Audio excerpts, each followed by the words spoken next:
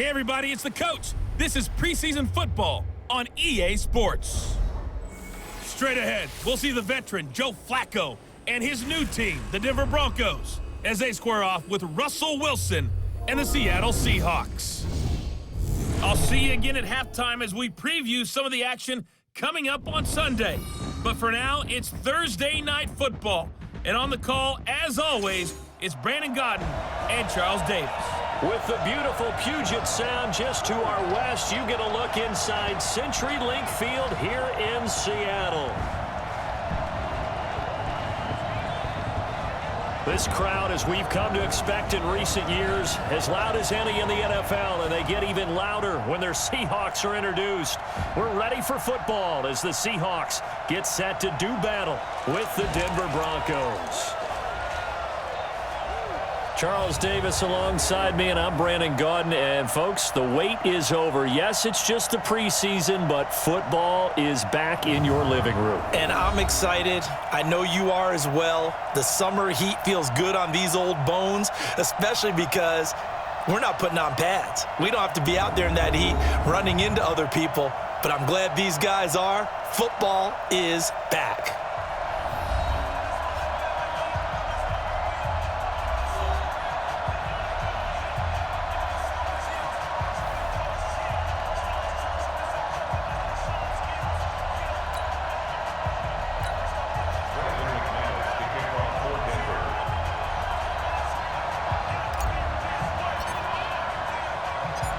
Here we go in a rematch of Super Bowl 48. The Seahawks and Broncos are underway.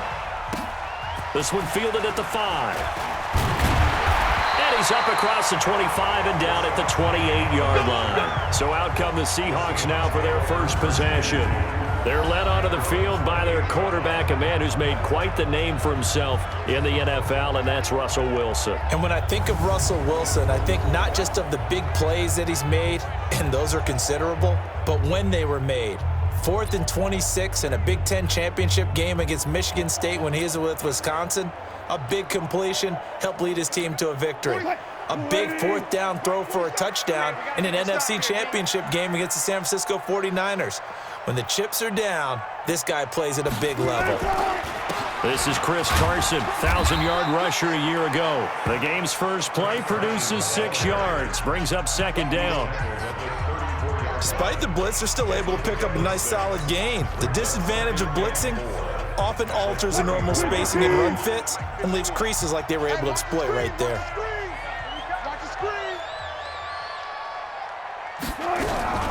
On 2nd down and 4. Wilson nowhere to escape, and he goes down. Von Miller doing what he does best with a sack. Now, we talk about players blitzing all the time. I often laugh and sometimes call it just straight-ahead pursuit. What a running start right back to the backfield for him. Yeah, it really didn't give anybody a chance to get up there and stop him. No, I mean, that's really, really difficult. You're asking a whole lot anyway, but when he gets that kind of a start and comes through clean, oftentimes the advantage definitely goes to the defensive player.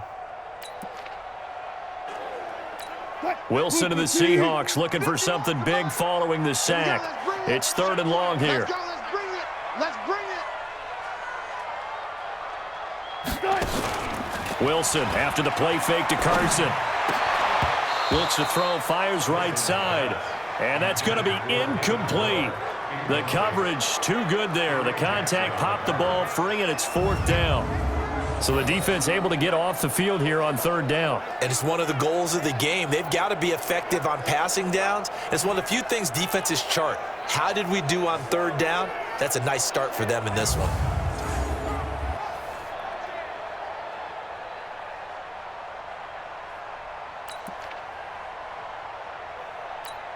4th down, and out is the all-pro punter from a year ago, Michael Dixon, to punt for Seattle.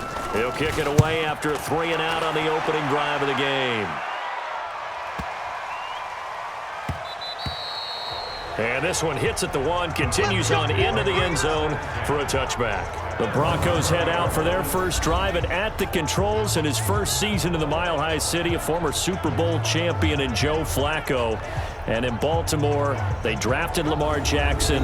Eventually, he would take over for Flacco Week 10 a season ago. So Flacco out. Well, the Broncos said, we still think he has some time left in his career. They bring him in for some stability at quarterback, something that they really haven't had in Denver since the departure of Peyton Manning after their victory in Super Bowl 50.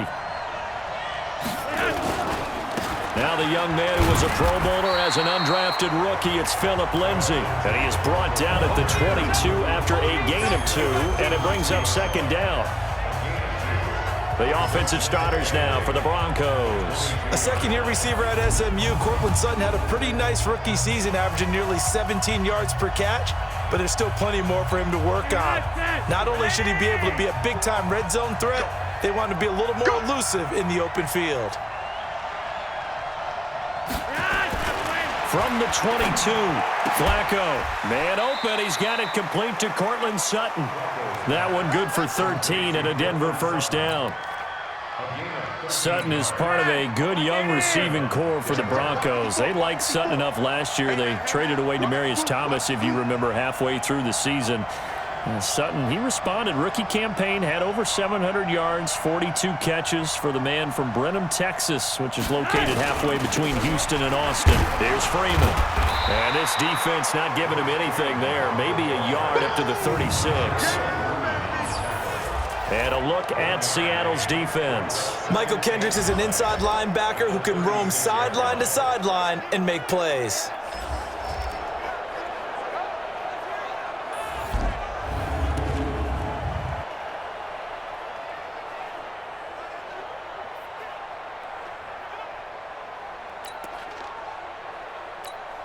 Here's 2nd and 9, just a yard on that last run.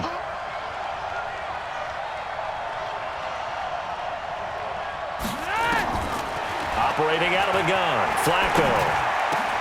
And he hits his target, Deshaun Hamilton. And he'll be taken down, but not before he gets into enemy territory. Solid gain of 18 yards and a Denver first down.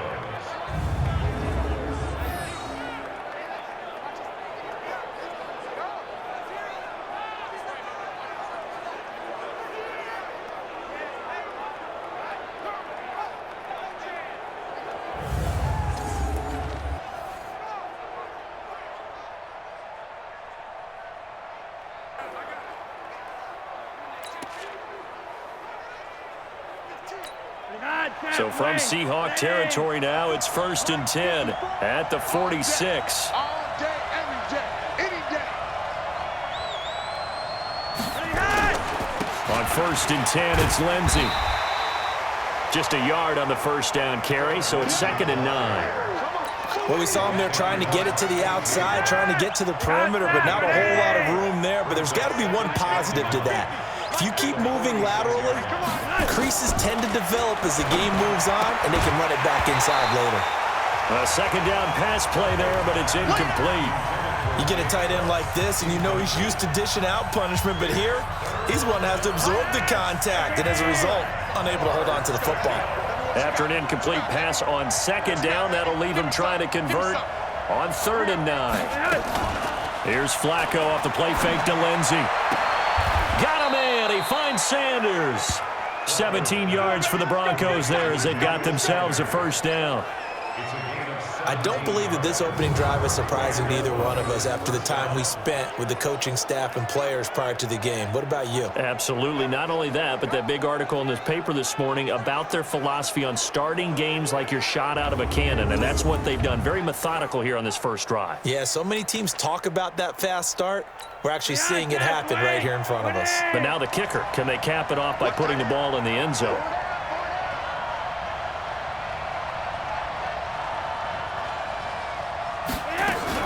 They'll run on first down. It's Lindsay. And that play going absolutely nowhere as he's belted before he could get out of the backfield. They'll wind up losing 4 yards on the play. And that's going to make it 2nd and 14.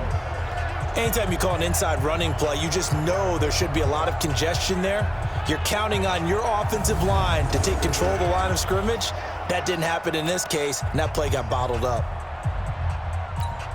Well, this has been a good march down the field, but now they're stuck looking at a 2nd and 14.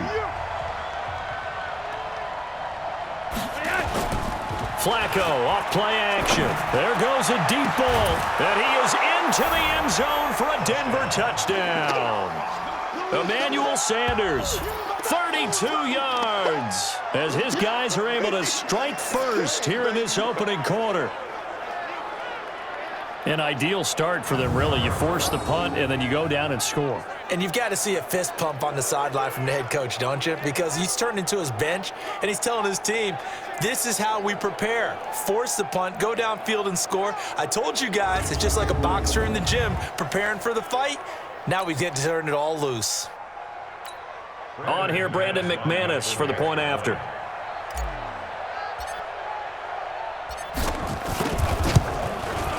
And he's got it. 7-0 Broncos. So that drive, 80 yards, 9 plays. And it ends with a Denver touchdown.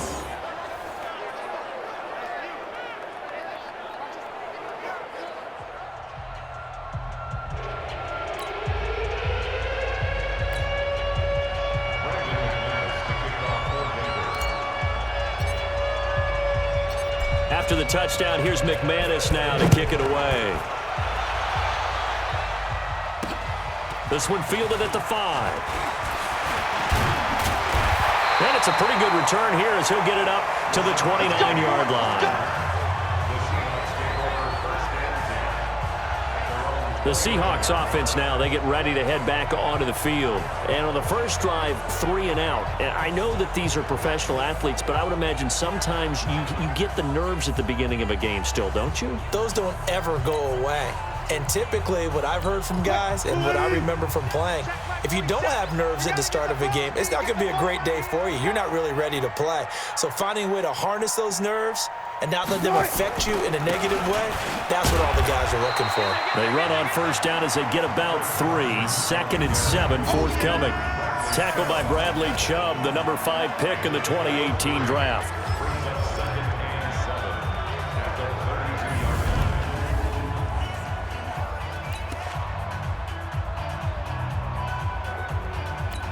Three yards on that last carry. Here's 2nd and 7. It's our field. Hey, it's our house. Wilson. And he fires one that's intercepted. Picked off by Will Parks. And they'll set up shop in enemy territory at the 45-yard line. Well, that's a drive killer right there. Not a really confident throw either. This one was kind of up for grabs, and it's going to come down the hands of the wrong team.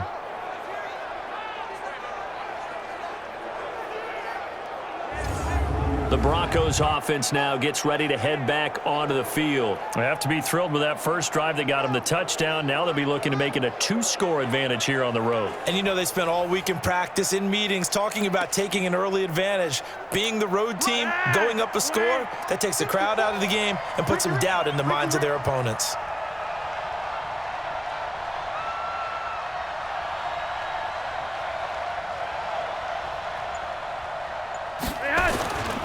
This is Freeman on 1st and 10. And he's going to get stopped up quickly. Give him a yard down to the 43. I know that speed is the hallmark of today's NFL game, but the key to good rushing defense is still having your linebackers set the edge. 65, 65, 65.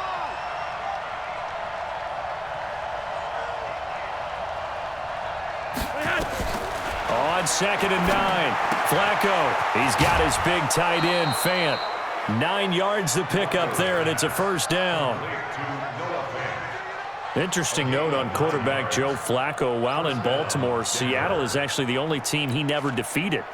Now, in 11 years as a Ravens starter in Flacco's defense, he only played the Seahawks 1 time, so 0-1, but trying to right that ship here in this game. They'll run. It's Lindsey. Looking for a seam, but finding none. He'll get back to the line of scrimmage, and that's it. Call it no gain on the play, and it'll be 2nd down. A quick observation, Brandon, because early on in this game, I'm seeing linebackers putting up their noses close to the line of scrimmage. And my guess is the wheels are turning on that other sideline. As a play caller, you're filing that away right now, aren't you? Yeah, you're trying to find that opportunity later on when you can play action them or stick something to them between the second and the third level. That good for 21 yards on the catch and run. But when you hit him on the move like that, and he's able to get into open field with a full head of steam, oh, boy, it's going to be tough to get him down. Yeah, there was a big window. They're lucky they did get him down.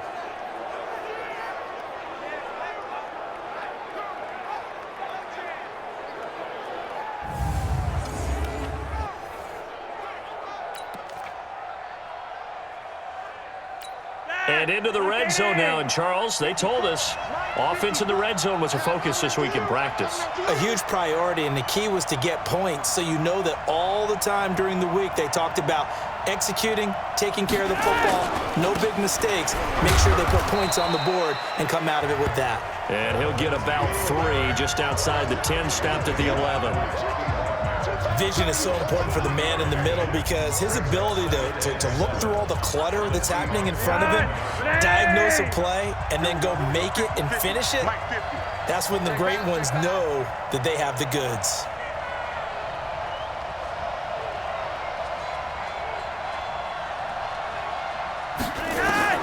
On 2nd and 7, Flacco, and that's going to be knocked away in the end zone. It's incomplete. The linebacker, Bobby Wagner, able to get back in coverage and knock it free. Quarterbacking 101. Never force the ball into double coverage, especially not this close to the goal line. The windows are so tight, you just don't want to force it in there because it could be tipped up and picked off. Flacco leads to Lindsey on the draw. And he won't be close to a first down as he runs into a wall right around the line of scrimmage. No gain on the play there, and it'll bring up 4th down. Doubling this guy has to be a priority before moving up to the next level because the big fella, he just ate that one alive, just stuffed it. In fact, before the game, he was talking to us, and he's like, hey, these pants make me look fat? And we said, nah, man, you're just a whole lot of guy. He is at well over 300 pounds. He's a big man. The kick by McManus is good. And the lead moves to 10-zip. So they put together a good little drive there, but ultimately stalling out in the red zone. Yeah, I know a lot of people look at it as a little bit of a negative. They didn't get 6 points out of it, right? Didn't get the touchdown. But that's actually okay. They got 3 points, able to give their defense a little bit of rest, let them settle down over there. So all in all, to me, that's a good drive. After splitting the uprights, McManus to kick it away. This one fielded at the 5. And he'll take it past the 25 and up to the 28-yard line. Here's Russell Wilson and the Seahawk offense now getting set to go again. He'll look to shake off the interception on the opening drive. He should at least be comforted that it resulted in 3, not 6. And if I were him, I would be the guy all the way out on the field greeting my defense now, saying thanks a lot. You held them to a field goal after I turned it over. That's a big defensive stand for them. He needs to go out now and make up for what he did on the first drive. Wilson and the Seahawks take over now, 1st and 10 at their own 28-yard line. Wilson going to fake the give and keep it himself. And he's got the hook up to Moore. And he's going to lose yardage and be backed up to the 25. Well, they completed the pass but lost yardage, so they'll decline the penalty. Perfect play for them, isn't it? Who needs a penalty when you try and throw the ball, you don't even get it downfield, and they go ahead and snuff out the play. They'll take that as a result. 51, Mike, 51. Here we go, D. Wilson now off the bootleg. Trying to fit it into Moore, but it's intercepted. Picked off by Kareem Jackson.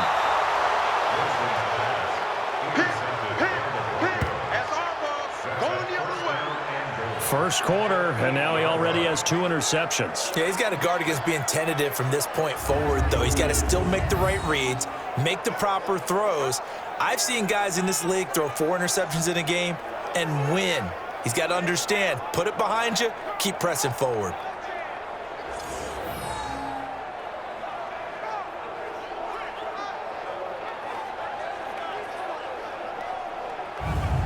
So the Broncos coming out now. They're looking sharp, out early to a 10-zip lead and looking for more as they've got it 1st and 10.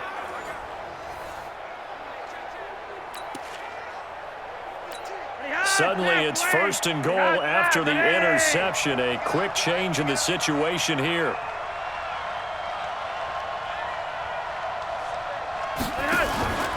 They'll run with Lindsey. And this play doesn't go anywhere. Backwards, losing yardage to the 11. That's going to wind up a loss of a full 3 yards on 1st down. I know when I was a kid, I always got real excited when I saw those lateral type runs.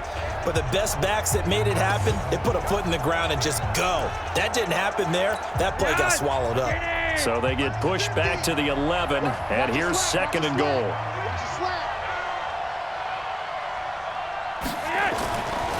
Flacco.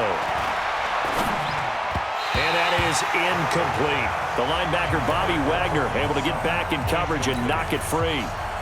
And that's twice now already in this 1st quarter that he's been able to knock a ball away. They're going to need that from him and plenty more if they want to slow down this passing game. Thus far, though, he's been a ball magnet. 3rd and goal, Flacco. And he's going to have the hook up to Sutton. And they'll get him down about 3 yards short of the 1st. They do get 8 out of the pitch and catch. However, it's 4th down. Well, we hear so often how tackling has become almost a lost art in the NFL game. But it's so important to tackle well on these receivers, especially in a play like this one. 3rd down, they gave him the underneath stuff. You got to go up and make the tackle right away. And for the 2nd time tonight, this field goal unit comes out here. This a chip shot, a 20-yarder.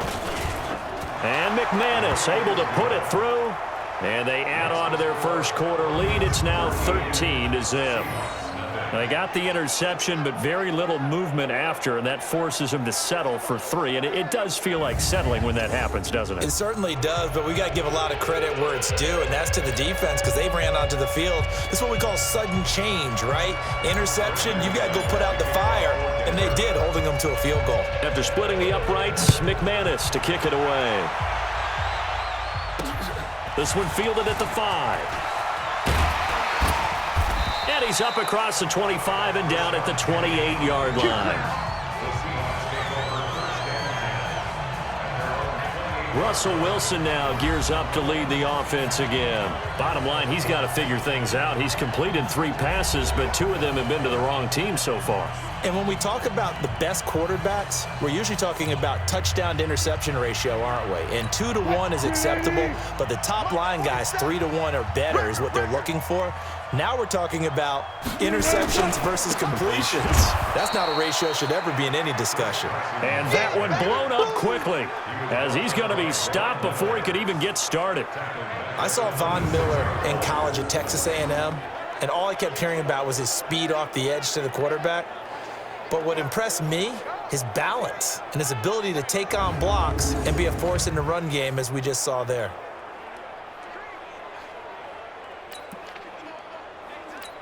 So now they have to contend with 2nd and 13 after the 1st down run goes backwards.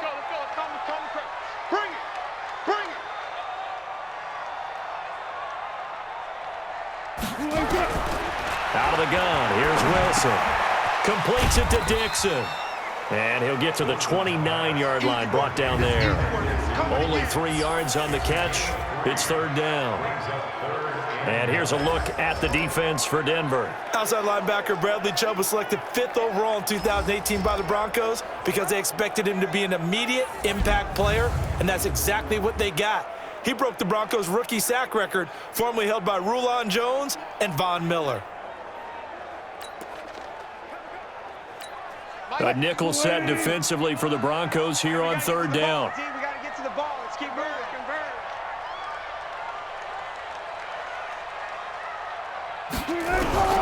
From the gun, it's Wilson. And he's got his target. That's more. And he'll be taken down, but not before they work it across midfield. 23 yards on the play.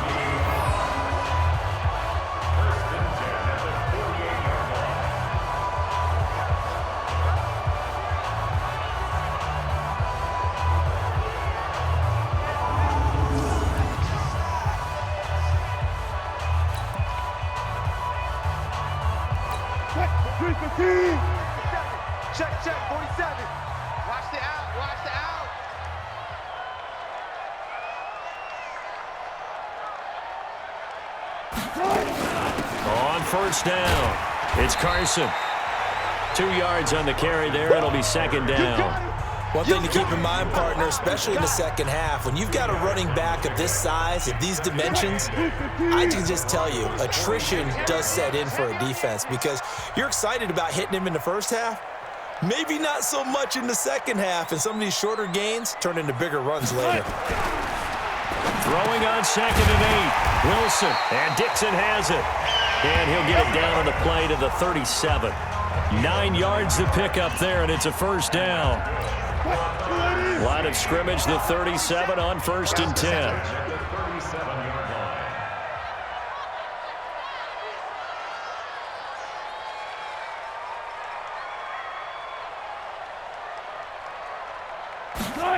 On the jet sweep, here comes Moore. And this will go as a gain of 7 as he gets it to the 30-yard line. The success there, Charles, coming on the outside of the field, the ground game. Curious to see if that continues as we progress. Yeah, we often talk about a variety in play calling and usually between run and pass. But in this case, with strictly the run game, you can be creative there as well. Run it inside, run it outside, keep the defense off balance. From the 30 on 2nd down, Wilson. It's caught right side, Dixon. And this is going to be another first down as they'll make the tackle at the Broncos' 15-yard line. Well, this is how you shape the thoughts of that interception on the last drive. You come out and start this one 4 for 4. And watching him throw it around with that type of confidence reminds me of a guy I played with way back when who told me, I don't care if I throw 10 interceptions in a row, I'm going to stay confident, keep flinging it. I just figured there's something wrong with the football.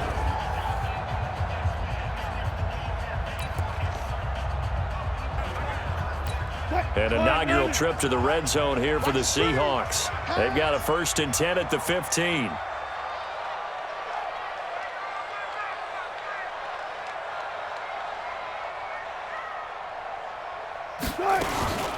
A first carry for the converted wideout, J.D. McKissick. And now they're inside the 10 as he's brought down at the 9. He'll get a nice chunk there on the first down run, and it's 2nd and 4. Well, you're down early. How do you get back in the game, maybe establish the run? I think they're trying to do that. Now, I'm with you on that one, and what I like about the message is that there's no panic from the head coach. He's already told his offensive coordinator, let's run the football, let's get things settled down a little bit, and find our way back into this game. On 2nd down and 4, Wilson. And this one incomplete. Too much contact to hold on to that one, and it's 3rd down.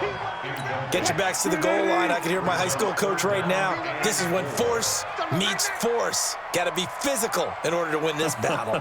Yeah, that's where the physicality pays off. A nice job forcing the contact and forcing the incompletion. Yeah, Coach Ford would have loved that play. And he's got it. Caught in the end zone for the Seahawk touchdown. David Moore there to make the grab as his guys are on the board here in this first quarter. Well, that's about as quick of a passing touchdown as you'll ever see right there. Everyone has a section in their playbook called the quick game. That was a super quick game. Out of the hands of the thrower, bam, right to the receiver, successfully for a touchdown. How in-depth is that quick game part of the playbook? It's pretty in-depth because people want the ball in the hands of the quarterback into the playmaker's hands downfield as fast as possible. There are a lot of plays, a lot of options involved with that. And there's going to be a stoppage here. The booth wants to take another look at this potential touchdown.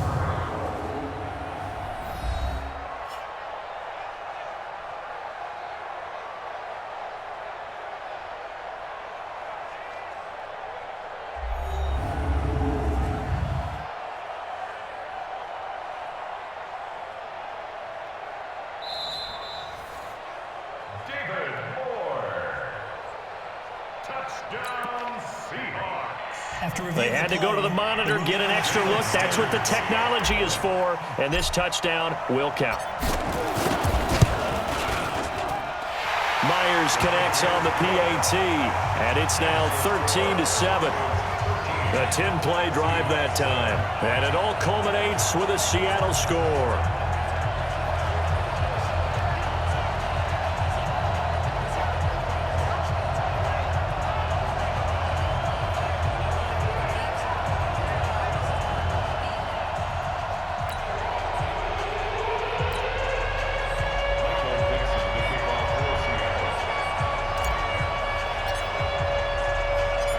So here comes the kickoff, and what now is just a one-score, 6-point game. And this will not be returnable. It's out of the back of the end zone for a touchback. Here's the Denver offense now as they get set to take over here. And they had 3 points last time, but they didn't want 3 points because they were well within range of scoring a touchdown. We'll see if they can do better now. I'm with you on that one. Let's just go ahead and be frank about the whole thing. The only one happy about the 3-point? The kicker. Exactly. You put it through the post. That's going to help him at contract time. But that offense, they're thinking, let's get in the end zone this time. I don't know if that'll help him at contract time. You could have kicked that one through. I don't know about that. Toe bash. I don't know about that. Bashed it. Super toe. That one going for a gain of 11 and a Bronco first down.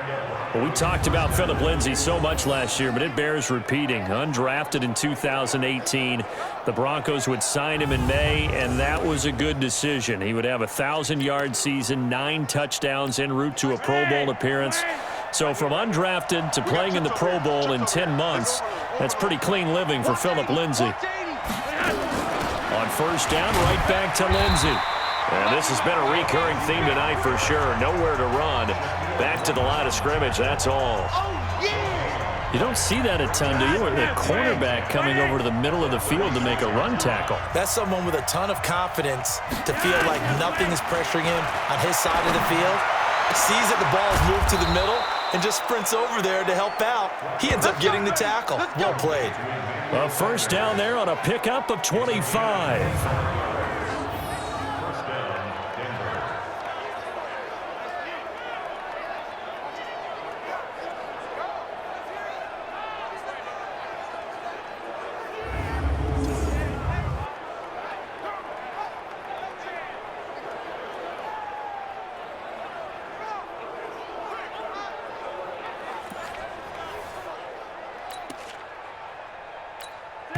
So from Seahawk territory now, it's 1st and 10 at the 39-yard line. An entertaining start to this one. More to come on EA Sports.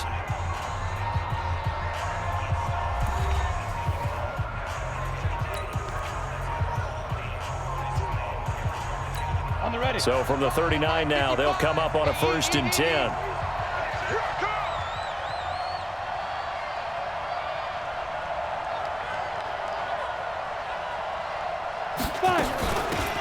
Shotgun handoff to Booker. And he is met quickly in the backfield. Down he goes, folded like a lawn chair. It'll be a loss of a yard, and that'll bring up a 2nd and 11. And the big fella stuffed that one up in a big way. I think doubling him has to be a priority because you can't move up to the next level if you don't take care of him first.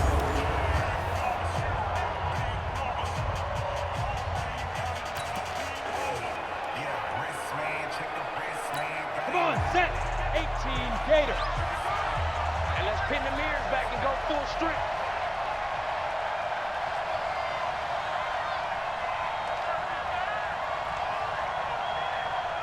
Ready? First throw now for the backup lock. Nowhere to escape, and he goes down. Enough takes a start to have a good drive. Quite like a big loss on a sack, does it? Now they're looking at a 3rd and long, and suddenly the momentum shifted to the other side of the football. And old Mo is a very, very fickle man.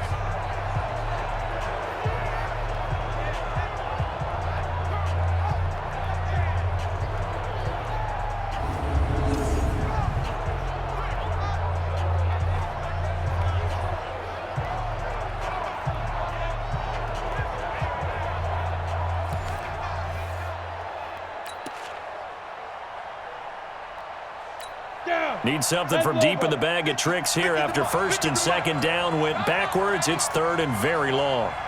And now a first chance for the backup here to throw. He's got the hook up to Andre Holmes. And that'll wind up moving the chains again as the tackle's going to be made at the Seahawks' 29-yard line. Nice catch right there. Brings to mind the sentence, when in doubt, find your veterans. He used to laugh back in the day when they would call guys like him crafty veterans. You get up in your 30s, you're still playing receiver, but you're around that long at that position, you're doing something right. Just remember this. When he was young, he thought the crafty veteran was simply a guy who couldn't run anymore. Now he understands a little bit better. 50, plant.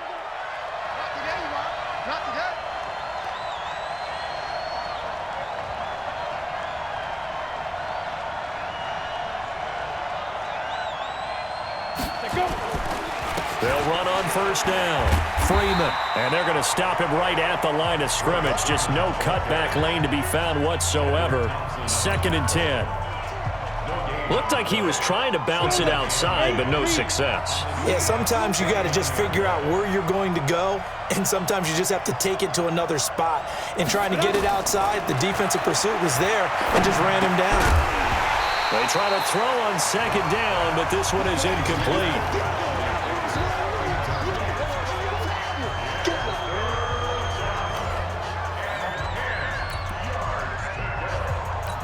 The Broncos on 3rd down. They've hit 2 for 4 thus far.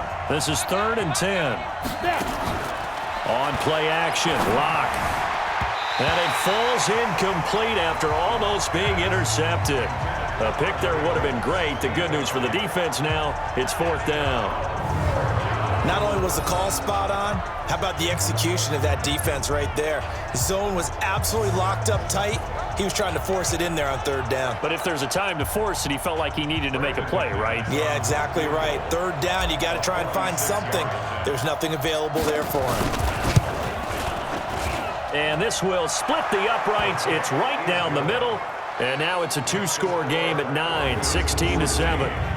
So he's been a busy man here in this first half. That's 3 field goals for him now. And not just 3 field goals, but 3 for 3. So even though the offense has struggled a bit putting it in the end zone, they've still been able to come away with points due to his leg.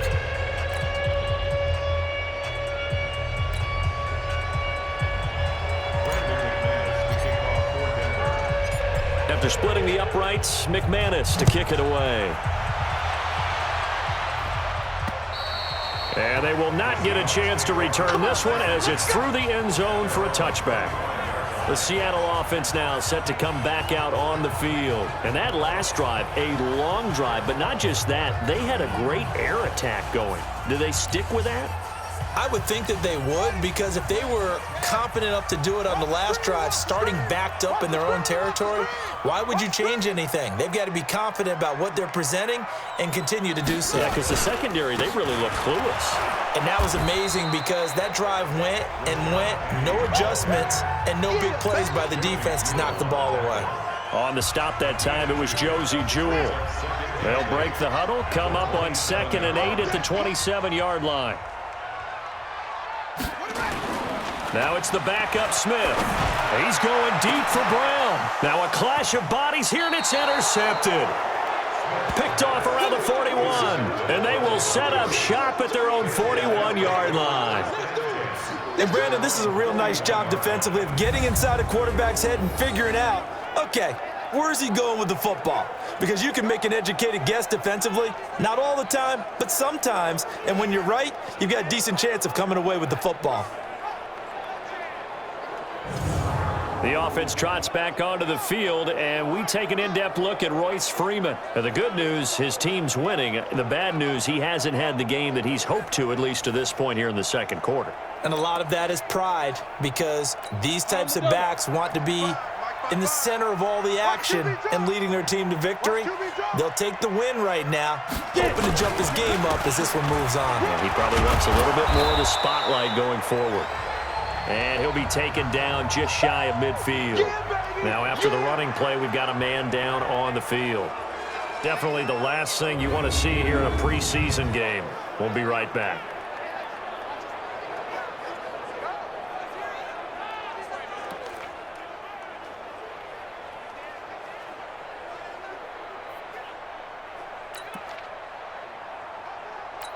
The previous run, good for 9. Here's 2nd and a yard.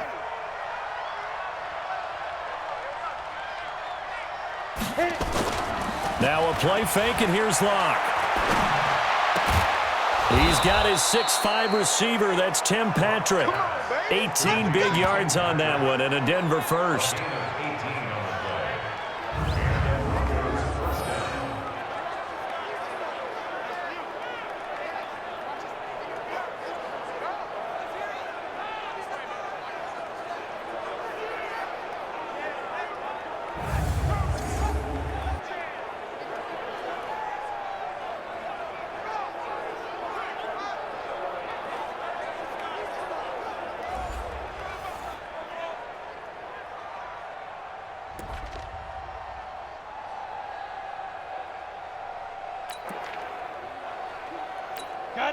Back-to-back good plays have them on the move on first down. Oh, yeah, I'm coming. This is Freeman. And the running lane's non-existent in this first half as they'll stop him behind the line. A loss of 2 there, second down. Moving backwards on first down, never a good thing. What does that do for the mindset on second down? Well, it changes your play call, definitely, because as a play call, you're advancing yourself thinking, okay, we're going to get a gain here. Now you've got to go back in reverse, come up with something to pick up not just the yardage lost, but gain a few extra. Here we go, here we go. 60 outlaw.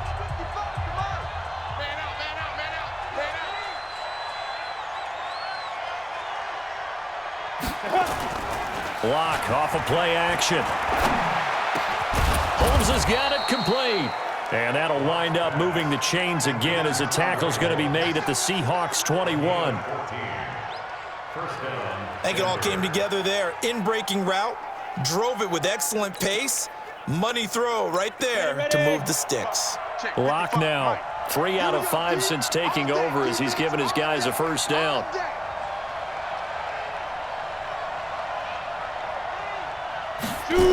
They toss to Freeman. And he's going to be met at the line of scrimmage and taken down.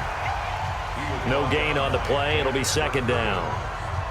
Perfectly designed blitz right there. They took that one from the grease board to the field because they were able to free up their linebacker to get into the backfield and spill the play. Screen, watch the screen. Watch the screen. Looking to throw on second down. Lock. And it's intercepted at the goal line. Good positioning, and it's picked off. First week of the preseason, probably not the pass, the impression that the rookie wants to leave right there. Yeah, no probably about it, because that's not what you want to do to try and impress your new coaching staff, try to impress your locker room, and most importantly, yourself. Probably spent all night last night saying, don't throw an interception early. Make sure you take care of the football. But now he's got it out of the way. Hopefully he can just settle in and move on. Geno Smith getting ready to go again here on offense. He's got to dig deep here, doesn't he? Team's losing. He's not playing well either. And they always tell you, don't press. You'll make things a little bit worse. But in this particular situation, you try and heighten your play a little bit. So far, he's thrown 1 interception. He wants to balance that off with at least 1 touchdown pass in order to get his team back moving forward. They'll start on the ground. It's Rashad Penny. And he'll get this up to the 30-yard line. 10 yards and a Seattle first down. Tremendous blocking by the interior of the offensive line. They didn't just gash him there. They blasted a gaping hole for him to gallop through. I think if he comes back to the huddle, he better be giving them a whole lot of credit and thanking them for that much space to rumble.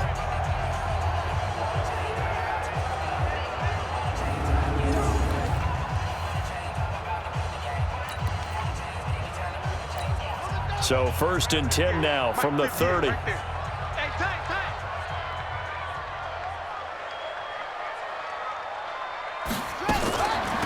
On first down, Preseason. And he is swallowed up right at the line of scrimmage. No gain on the play there, second down.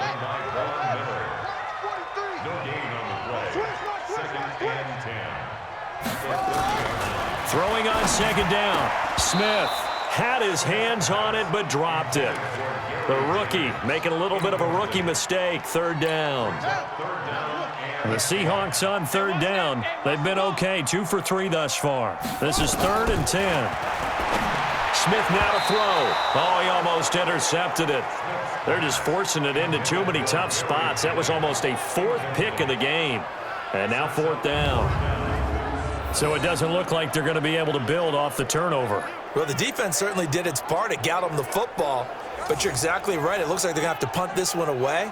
And it's not a turnover, but doesn't it feel like one after grabbing the momentum with the defensive play? Yeah, and they had all that momentum after getting the football, and now zapped right back in the other direction.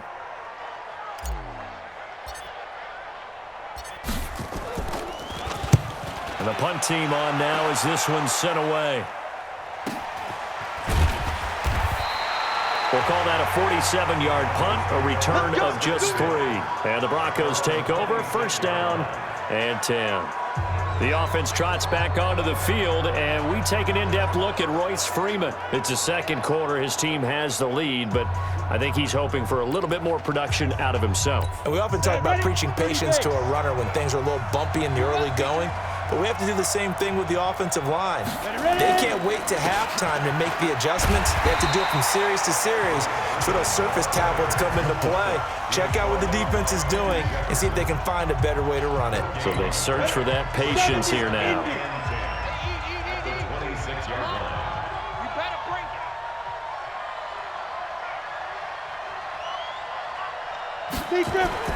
They fake the handoff, now Locke. And that one was nearly picked. Not sure he was accounting for the free safety. That brings up third down. The Broncos on third down. 2 for 5 to this point. This is 3rd and 10.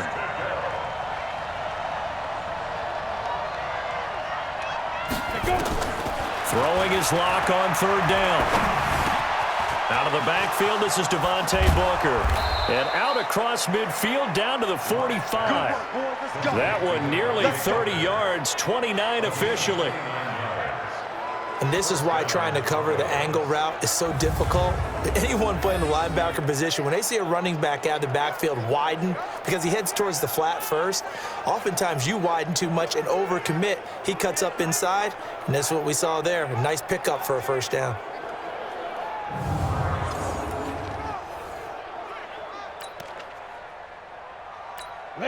So from Seahawk territory now, it's 1st and 10 at the 45-yard line.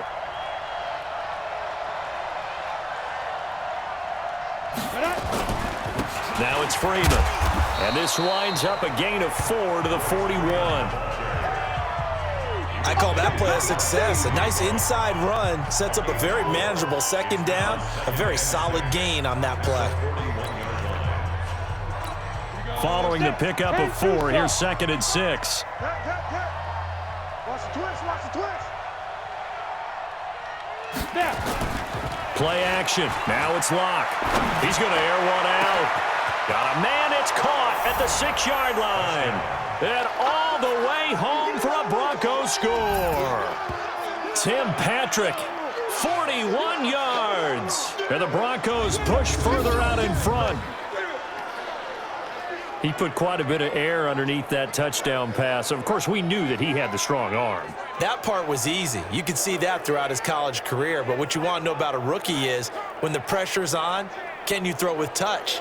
He just did right there. And, boy, it was pretty.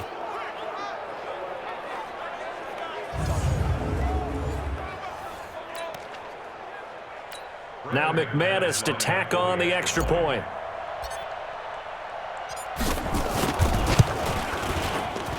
And that will make this a 16-point lead. The drive summary that time, 5 plays. And it culminates in a touchdown by the Broncos.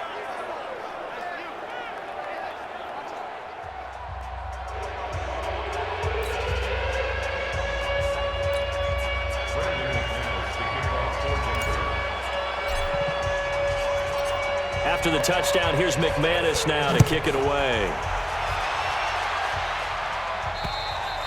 And that'll carry over the back line of the end zone for a touchback. Geno Smith getting ready to go again here on offense. And I never played quarterback, but I'm thinking as a quarterback, you're a little bit into the game now. Second quarter, you're losing. You're not playing well. Probably feels like a lot of weight on your shoulders. Certainly does, but it's something that quarterbacks have to be used to because they're always carrying around that weight. So how do they adjust the weight? How do they make it work for them? How do they work against it? That's what we're going to find out going forward. Yeah, he'll be trying to get all that weight off his shoulders here on this drive. Now Rashad Penny, and running room scarce here. He's going to be stopped in his tracks at the line of scrimmage. Officially no gain on the play, and it's second down. I know the scouting report on him is that he doesn't possess the eye discipline to be an elite linebacker, and what that means is his ability to read, react, and make a play. But on that one, he looked like one of those guys. Now here's a throw right side taken in by his tight end. And all the way down 35. A big change in field position there. That's 40 yards on the catch and run. Obviously, they're not where they want to be right now on the scoreboard. Big plays like that, though, that'll trend them in the right direction. Yeah, a few more like that, they'll be right back in the game. And if they can continue to do that, maybe they'll inspire their defense as well to get a few stops.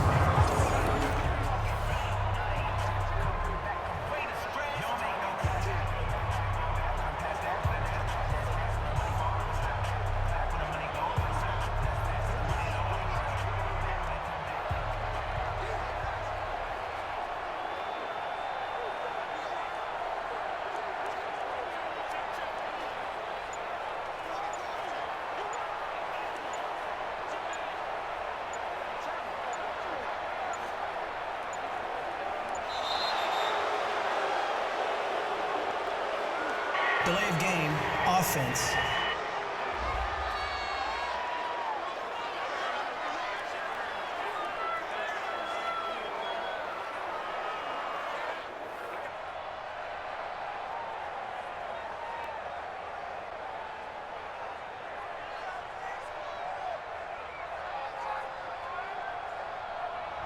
Yeah, that'll be accepted, of course, and that moves him back 5.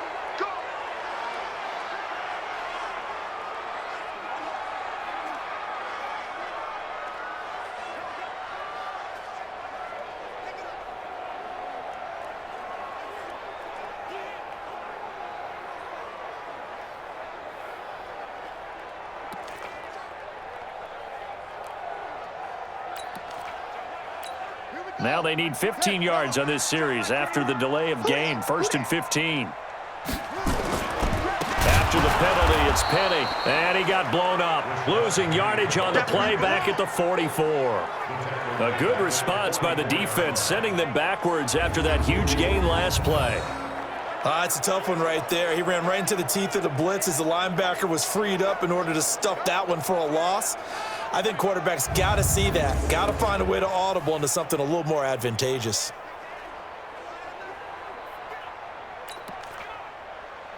Let's go. 360 out. 3.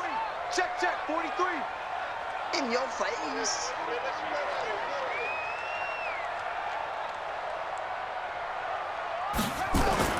Throwing on 2nd and long. Smith. It's complete to Jerron Brown. And he'll be out just a yard or two shy of the 30. A good pickup there. 13 yards as they get closer for 3rd down.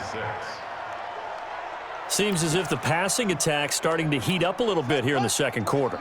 You can sense and you can see the momentum because now they're reading their patterns downfield, they're understanding the coverages, and they're finding the open holes in the defense. He's got this one complete to John Ursula. And this is going to be another 1st down as they'll make the tackle at the Broncos 19.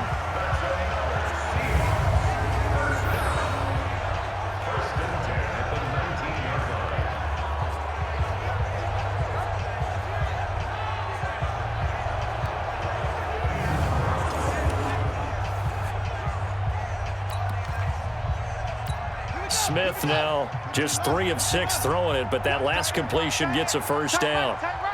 You got 3 down. They go back to the ground now with Penny, and he'll take this down for about 4 yards down to the 15. Brandon, all things considered, they have to feel pretty good about getting that type of a gain considering the blitz that they just had against them. To throw on 2nd and 6, Smith. Throwing over the middle, but it's incomplete. Fair to say, hasn't been his best game throwing the football, but also not getting a lot of help out there either. Yeah, you nailed it pretty well, you know. He's got to throw it better. Got to get more help. Obviously one that should have been caught. They got to find a... End zone caught. Touchdown, Seattle. Gary Jennings there to make the grab as his guys are able to pull a bit closer. A lot of people might call this backyard football. Sometimes just understanding who you've got out wide and who you're going to throw it to. Give him an opportunity to go up and make a play, even when contested. Looks like that one worked out pretty well. The trust factor, in effect. Extra point up and through by Myers. And that trims the lead down to 9. So an 8-play drive covering 80 yards. And the Seahawks capping it off with a touchdown.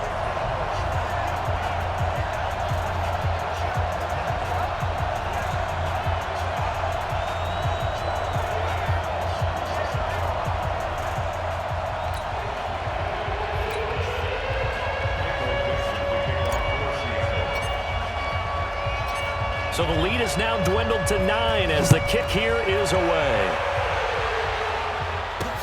This will be fielded at the 6. And he'll take this across the 25, couple extra yards up to the 27-yard line. Here comes the field general leading his offense back out there for the next possession. He's got the lead here in the second quarter. He's thrown the touchdown, but also an interception. As a quarterback, does that interception, even though you're playing well, your team's got the lead, does that always stick in the back of your mind a little bit? For the best ones, it just upsets them that they did that because they don't think there should be any blemishes on their record. They think that they're way better than that. So your confidence gets tested a little bit. Being able to go back out there, maybe throw another touchdown, that'll tamp that down in a big way. Yeah, I can see he's looked pretty good to this point. That one good for 13 and a Denver first down. At this stage of the game, the run-pass numbers are a little bit out of whack because most of their yardage has come through the air. But in a sense, that just sets things up for big runs like that because the defense might be a little bit off balance. They pick up another first down with that run. 90, Wolf. And let's get this,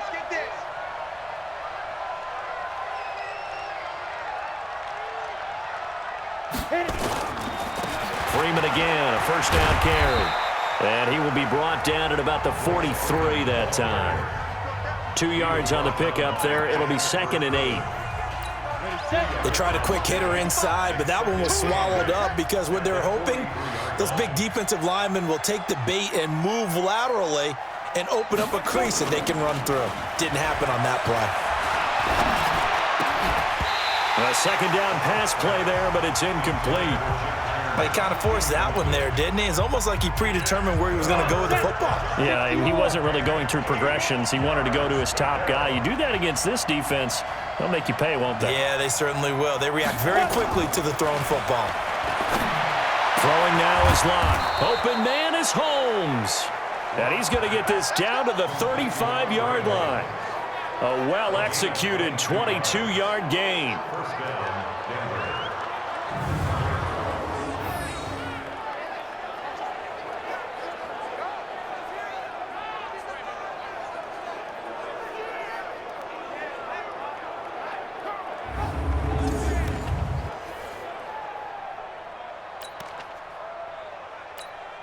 So from Seahawk territory now, it's 1st and 10 at the 35-yard line.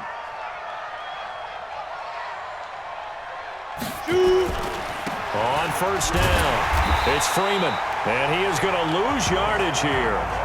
Yikes, a 4-yard loss really sets him back now for 2nd down. Let him go by a little too easily there. Well, that's what we saw on film, isn't it? His head goes down oftentimes when he goes to punch, when he's trying to block. And when you do that, you can't see your target. He went right past him and made the play.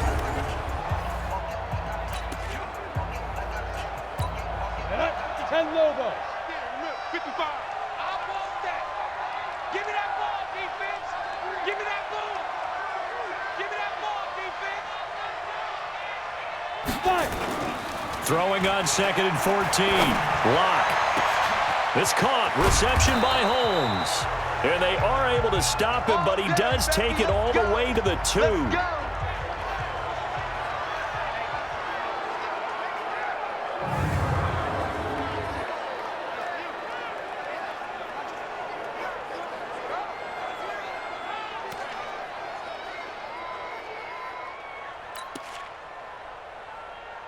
Coming up at the half, a reminder, we go back to Orlando to check in with Jonathan Coachman and have a look back at our first half as well as a look ahead to what's coming up later this weekend. They'll run it. This is Booker, and he'll get in. Touchdown, Denver. Taking it in from 2 yards out, and the Broncos push further out in front. Nice job of polishing off that drive, but all the credit there goes to that play prior. Yeah, it certainly does, because after After that big play, I think resistance almost felt futile at that point, didn't it? And the very next play, they come right back, quick, fast, and in a hurry, and put it in the end zone. McManus now for the extra point.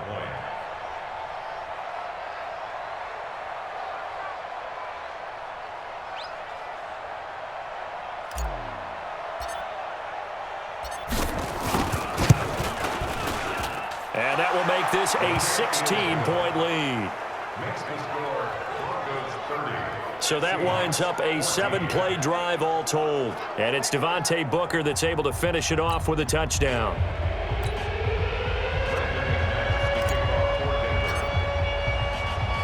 After the touchdown, here's McManus now to kick it away. And this will be a touchback as that sails over the end line. Here come the Seahawks now, set to take over on offense. I guess they have to feel a little gratified to at least get on the board last time, but still work to do. No doubt about it. I wonder now if they're going to try to increase the urgency a little bit, maybe pump up the pace, maybe go 2-minute. Who knows? Let's see what they decide to do.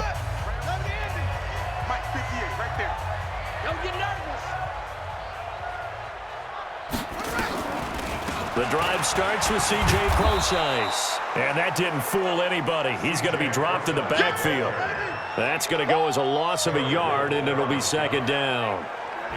Brandon, that play certainly felt like what I call a tendency breaker. 1st and 10, they dial up a draw play. That's not a normal situation, but give credit to the defense. They weren't fooled at all and really finished off the play.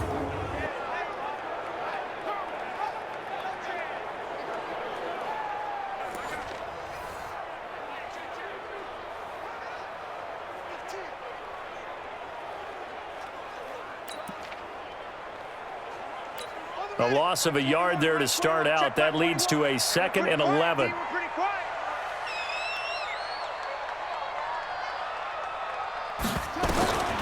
A shotgun snap for Smith. Looking deep for Jennings. A fight for the football, and it's intercepted. Picked off by Bryce Callahan. Jennings was the one he was looking for. That's sort of a second quarter to forget for him. Now 2 picks in this frame. Almost as if the first one that he threw, he couldn't shake, couldn't get it out of his head. He ends up throwing a second one as a result. Compounds the mistake a little bit. Yeah, you got to be able to forget, compartmentalize, whatever you want to call it, and move on. He hasn't been able to do so here in the second. Out comes this field general once more, leading his offense back onto the field. He's got to be feeling pretty good, playing well. Team has the lead, so just looking to mount a drive here that ends in the end zone. And all quarterbacks will tell you, hey, we love a running game, helps us out. But at the end of the day, they want to rely on their arm. Throw the football, feel good about things, keep things moving in the right direction. Right now, that's exactly what we're seeing. And we'll see if that continues. Freeman. Absolutely nobody fooled there. He's going nowhere fast as he's stopped behind the line of scrimmage.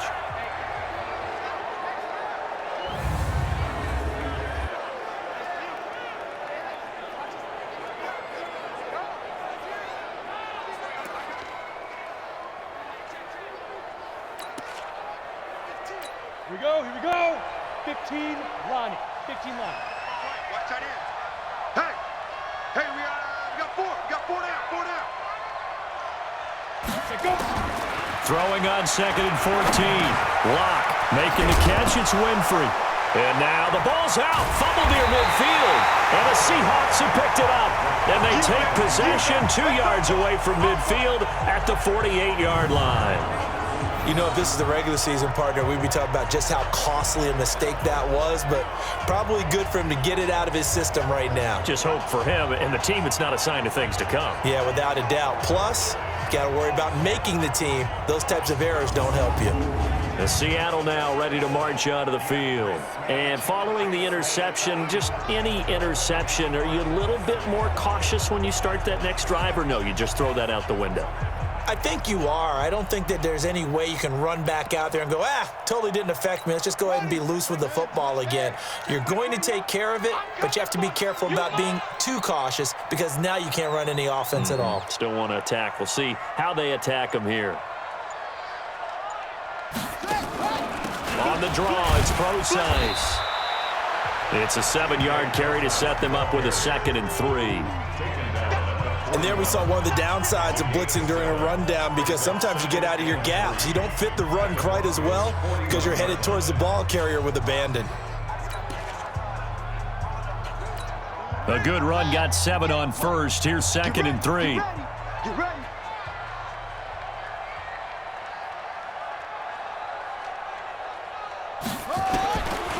Now Gino. Open man is Ursula. And he's going to get it down to the 33-yard line here. Let's go. That one a first down pickup of 8. One thing I can say pretty safely, that route is not called if you don't have a guy who can throw the ball and put some mustard on it. Because if you're going to lollipop it in the middle of the field, bad things usually happen. It takes a strong-arm guy who can rifle it in there, and they were able to successfully complete that one.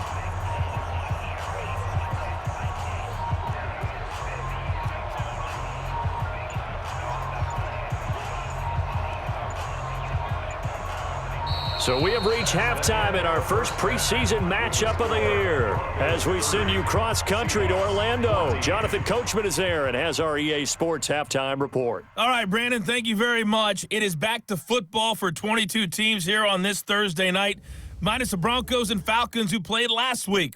And we want to remind you that we are now 28 days away from the opener of the 100th season of NFL football. The Packers and the Bears at Soldier Field. In our game, most of the starters have made their cameo and departed, but plenty of youngsters out there with a lot to gain or lose as we get you right back out to Brandon God.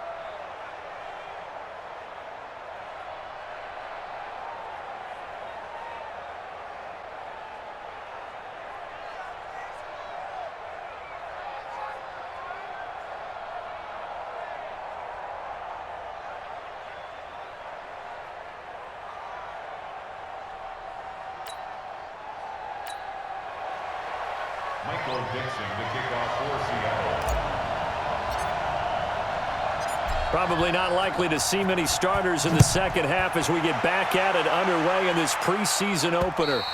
And this will not be returnable. It's out of the back of the end zone for a touchback. Here comes the Broncos offensive unit here as they'll have it first to begin this third quarter. They built a good first half lead. Now they have a chance to add on to it. And what I'm thinking is that the offensive staff spent the entire halftime just working with them on, here's what we think they're going to do to attack us in the second half. Nice first half that we've had, guys, but be prepared for some change-ups. We're going to see them when we kick it off in the second half. See how they handle any adjustments that might be made defensively. Making the stop that time, Bobby Wagner. They'll break the huddle, come up on 2nd and 8 at the 27-yard line. Now Locke throwing on 2nd down. Going down the middle, and it's complete. And they work this well upfield across the 45. A gain there of 21 yards. Fired that one in there, able to make connection on a nice in route. With those faster passes when they're going that fast, any hesitation as a quarterback that the deflection, if you miss, might be bigger and lead to an interception? Yeah, and the deflection works both ways. Maybe a defender gets a hand in the way and it pops in the air. And sometimes you throw it so hard your receiver can't handle it, and he pops it up in the air for the defenders to grab as well. But a moot point there as they were able to connect. Here's Booker, and they go backwards here, losing yardage back at the 48-yard line. It's a loss of a yard there, and it's 2nd down. And plays like that are exactly what this defense needs here early in the second half to give it a little spark. I think their halftime adjustments, what they talked about, maybe it was just a little inspirational speech. Who knows? But looks like they're ready to go.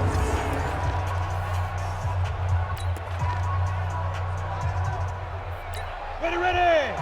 70, Indy. Hey. On 2nd and 11 now. Lock. Nowhere to escape, and he goes down.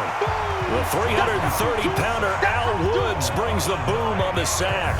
They need to stop to get back into this game, and here's one right to start the third quarter. Yeah, anytime you go to the lockers with that 2-3 deficit, you're right. You need that stop, get the football back, and they've done just that. Series to series, play to play.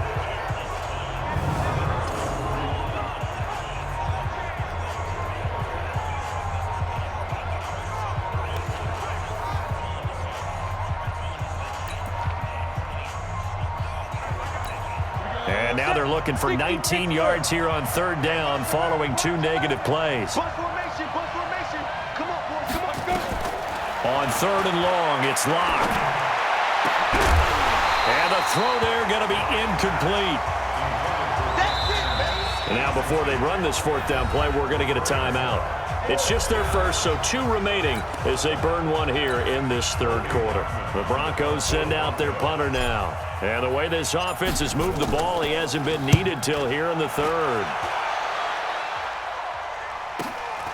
And this will be taken at the 13. It's a 45-yard punt, 6 yards on the return. And it'll be Seahawk football, 1st and 10. Here comes the Seahawks offensive unit. They'll have it first to begin the 3rd. They trail offense, first time to touch the ball in quarter 3, and we'll see what they can do. And I can't wait to see what they have planned, because some teams script to start a half. Other teams just go, okay, these are the sequence of plays we want to run. These things worked well for us. And sometimes they throw in that big chunk play right away. Shocker. Try and get after them early and try and create a big play to give themselves some momentum. See what they have up their sleeve. Offense. So we race the flag. They decline it. And did they use the big eraser, or was that the one at the end of the number 2 pencil? Well, I was thinking the 2x2-inch ones that you can buy and use in addition to the pencil. And those last forever. A long time. No doubt. Go 58 to the mic. Let's go. We got double time. Double time. 4 down. Alert. Here's Smith now on 2nd down. This is Jennings. And he'll get it up to the 33-yard line. 7 yards there and a 1st down. This has to go down as one of the simpler routes in the playbook, but oh so effective. Nice completion there. Keeps the sticks moving.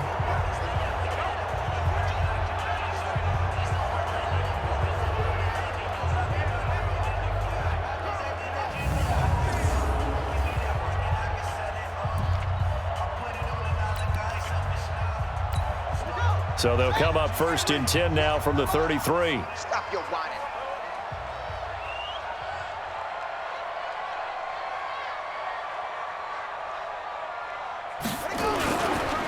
Now it's Penny. Able to push his way through, and he'll be tackled right on the chalk of the 45. 11 yards there and a 1st down for Seattle. Despite the score, despite the deficit, no quitting this guy. He's running angry, running through arm tackles. He wants to change what that scoreboard is saying.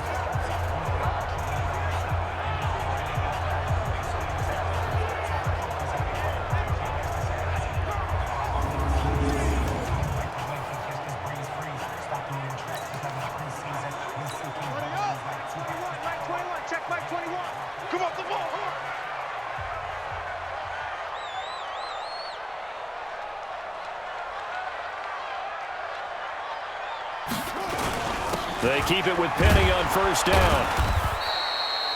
Credit him with a 1-yard gain there to make it 2nd and 9. Sometimes with the running game, you've just got to stick with it. Look, it's the 3rd quarter, no time to panic. But that also doesn't mean you just do it the same way you've been doing it the entire ball game. Maybe change up some blocking assignments or run a few different plays, but stay with the overall essence of the running game. And this is going to be another 1st down as they'll make the tackle at the Broncos' 38-yard line. Partner, it's a lot of fun watching the NFL now, isn't it? Because when the big fella runs routes, it used to be when we were kids, he'd run about 3 different routes, and that was it. Now he can run anything and catch the balls we just saw there.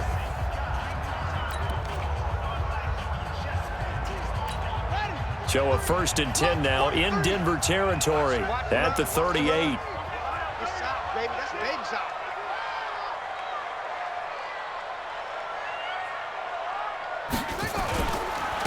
On the run, it's Penny.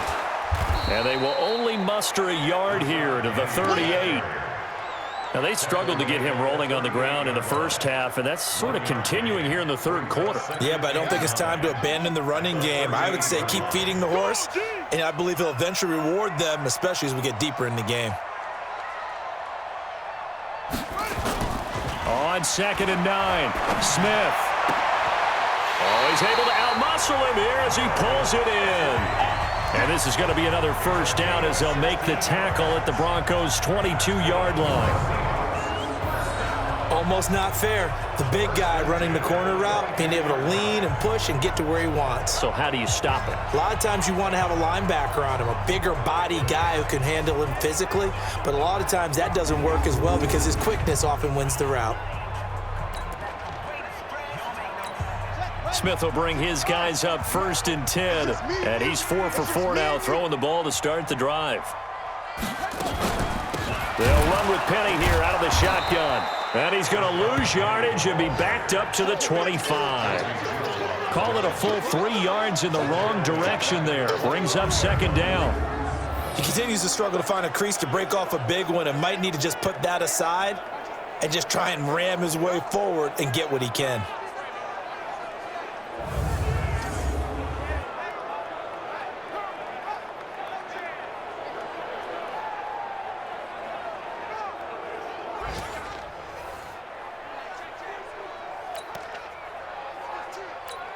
That loss of 3, a rare stumble on a promising drive. Here's 2nd and 13. From the gun, here's Smith. This pass to Jennings, and he makes the catch. And they will eventually get him down, but he's inside the 5 all the way to the 3. A good pickup there at 22. A nice job there, Charles. They picked up the blitz, were able to complete the pass. That had the total feel of a quarterback in control. Red blitz, got him into the right protection scheme, so he doesn't get hit back there. He's got a chance to step up with supreme confidence and deliver it. And he will take this one in for the Seattle touchdown. A 3-yard touchdown run as they are able to cut into that lead. That's a score you felt they had to have here in the third quarter to get back in this game. And you know that there was an emphasis on their side. Hey, we know this. We know where we are. But sometimes that binds you up so much that you try too hard, you don't get the score. A perfect combination of urgency, yet relaxed enough to get it done. Pete Carroll in that familiar hands-on knees pose. His guys will go for 2 here. They're going to try and run.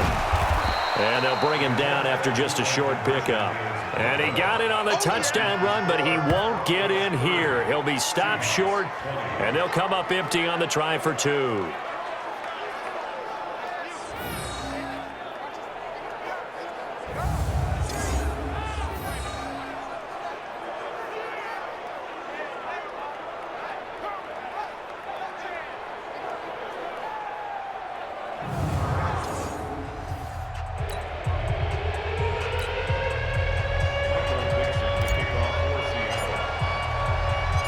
So the lead back down to 10 as things get a little more interesting, and the kick is away. And they will not get a chance to return this one as it's through the end zone for a touchback. And Denver getting set to take the field. The third quarter has not been kind to them. After they built that lead at intermission, they've seen that lead shrink. And how much of that is simply execution? How much of that is maybe you lose your edge a little bit because you've got a lead? And you do have to credit the other team some because they've made some adjustments to start to slow them down. Can they find those counters now, those extra plays or plays they haven't run that'll be effective and get them back moving again? They'll be looking for something here, anything to seize that momentum back. That's going to go as a loss of 2, and it'll be 2nd down. He has elite instincts from his linebacker spot. He's able to diagnose the run and flies in like a missile to stop that one behind the line of scrimmage.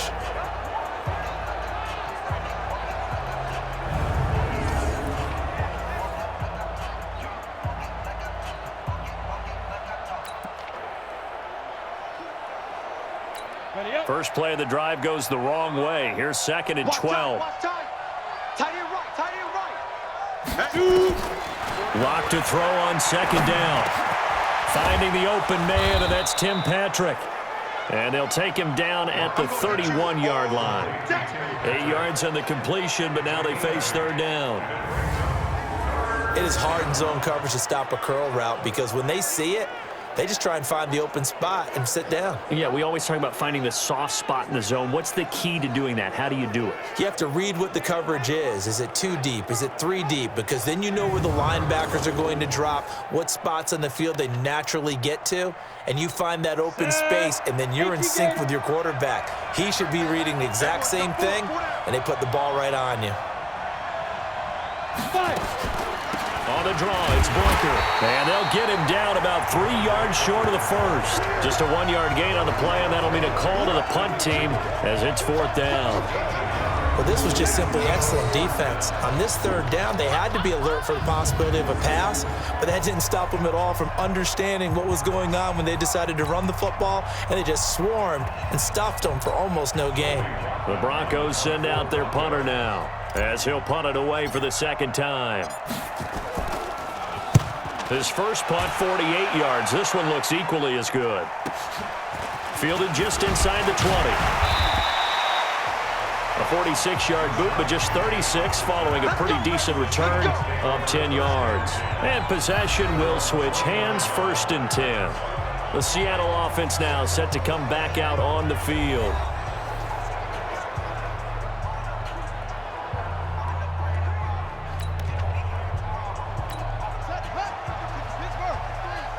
Check, 43.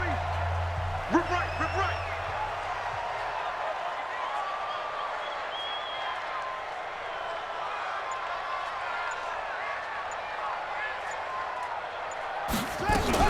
They'll try and get the run game going. This is Penny. Give him 3 on first down. It'll set up a 2nd and 7. What's the old expression, 3 yards in a cloud of dust? In this case, it's dust-covered pellets. It's no longer that old grass that we used to play on, right, and chew it up. Now we've got that artificial surface. You see the pellets go up. Still a nice play by the defense. On 2nd and 7, Smith. That one complete to his receiver, Jennings. And able to get this one across the 45 before he's brought down. First down, Seattle on a pickup of 13. Smith now 11 of 16 through the air. It's 1st and 10. You better be afraid of me.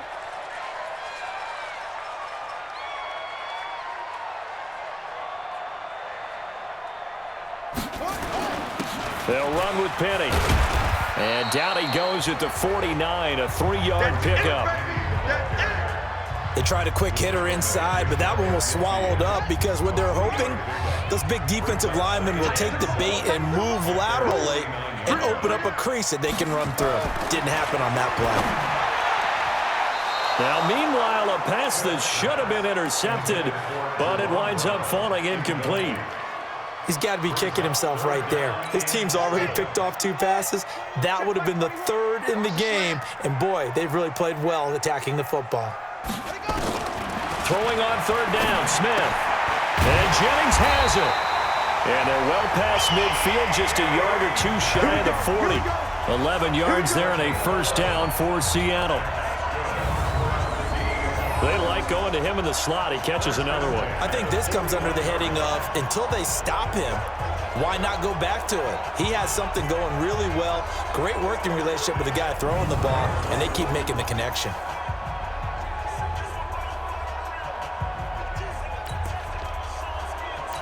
Smith now a perfect 8 for 8 to start the second half. Not bad. 1st and 10.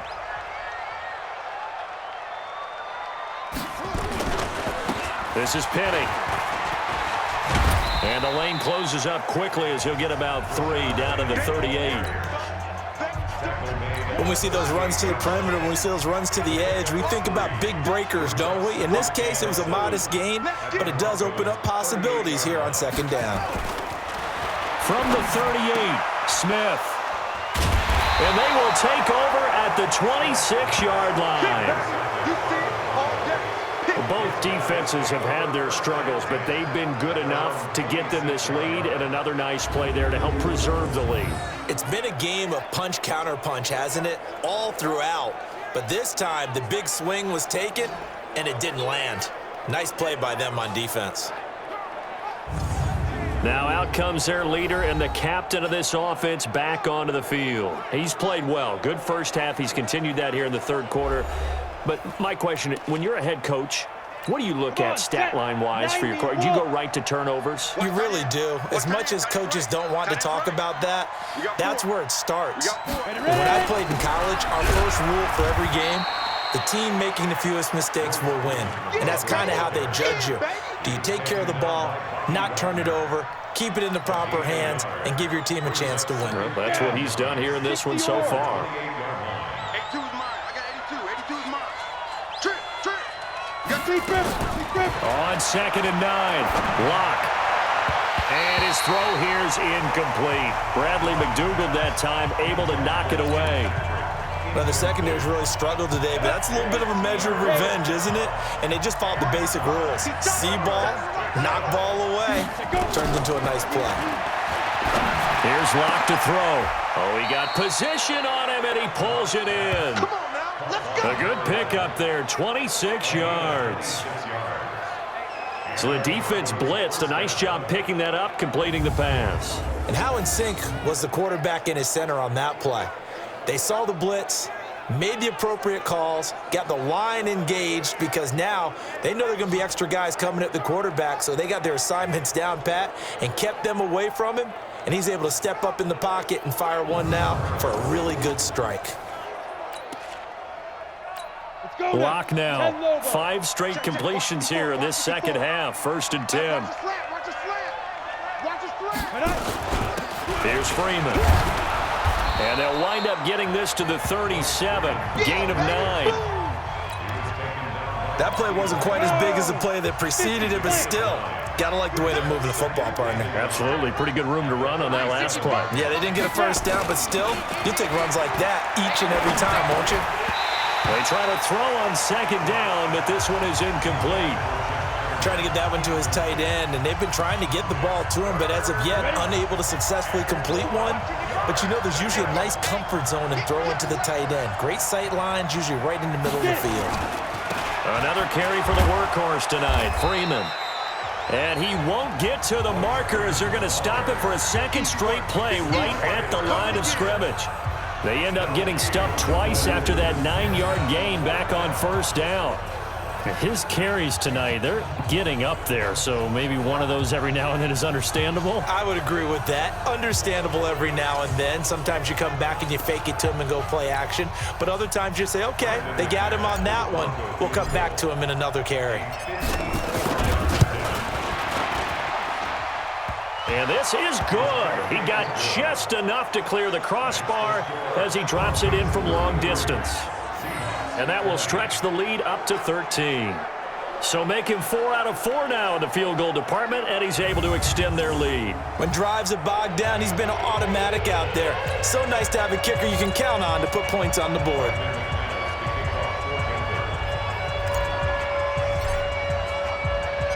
After splitting the uprights, McManus to kick it away.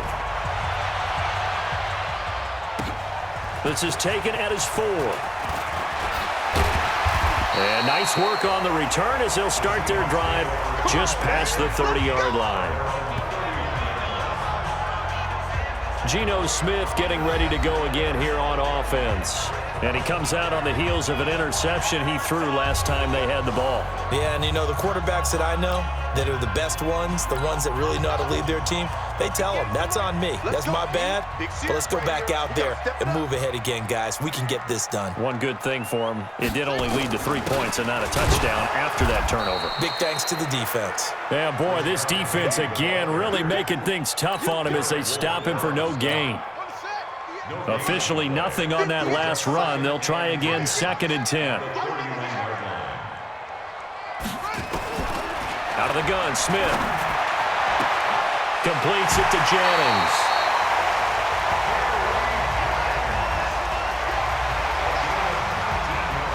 Well, it appears that they read man defense and went to the out route, and what you have to do on that one is the receiver's got to make sure he works the defender, towards the middle of the field to give himself space to cut to the outside and have that ball delivered with good timing, and they got it done.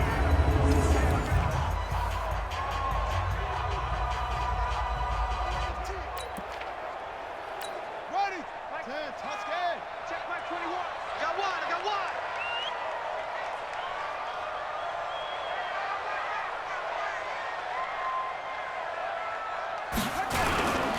Penny, a first down carry. This will be stopped about 2 yards shy of the marker. 8-yard gain, 2nd and 2. Some runs are blocked so well, you almost forget that someone has to carry the ball to gain the yardage. The leverage by the offensive line to create space up front, really well done. On 2nd and a couple, Smith, and that'll be incomplete. Took a pretty good shot as he tried to pull that one in. Couldn't hang on, 3rd down. So he can't hang on, and as I watched that unfold, I remembered an expression that I've heard, maybe from you, I don't know, but you're going to get hit anyways, might as well hold on to the ball. Well, you know a coach said that, right? Yeah. Not an actual player. Not a chance at all. Way easier said than done. And he's going to get this down near the 30-yard line. Well, partner, what do you think? Might have been 4-down territory if they didn't pick it up, but... Yeah, it's a moot point now. I was curious, so if they didn't get it there, would they have gone for it? I guess we'll never know. Yeah, we didn't have to make that call, but I have a feeling both of us would have said, go for it.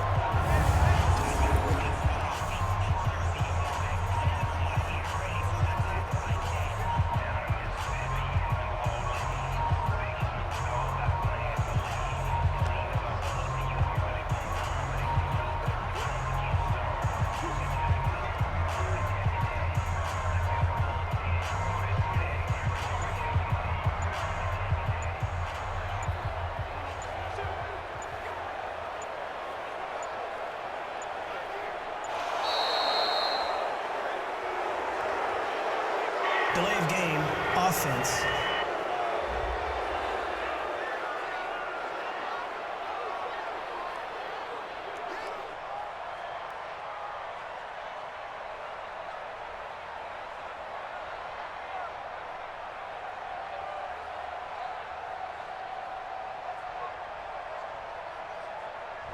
That's going to set him back 5 yards.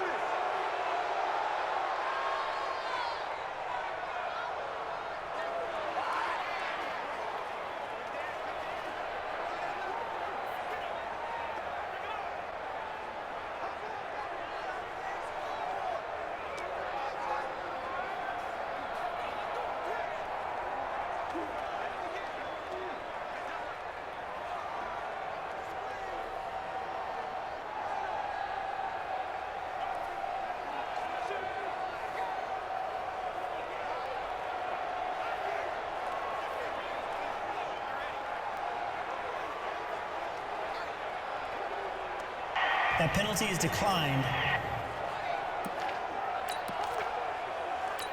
The delay of game backs him up 5, 1st and 15. And now before this first down play, we're going to get a timeout here. It's just their first, so 2 remaining as they burn one here in this 3rd quarter.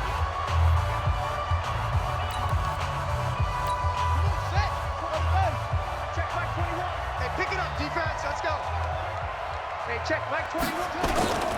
Penny. And an alley to run. This would be a gain of about 8 to the 27-yard line. That's a strong pickup right there on first down, and as this drive goes on, we're seeing an offensive line and running game imposing its will.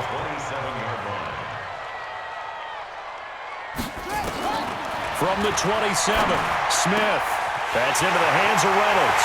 And he will score. Touchdown, Seattle. Keenan Reynolds, 27 yards, as his guys are back within a single score.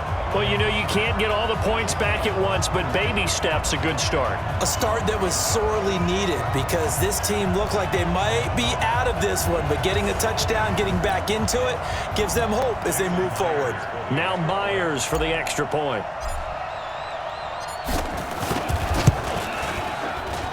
And the lead will shrink to 6. So this drive spans 7 plays, and it all culminates with a Seattle score.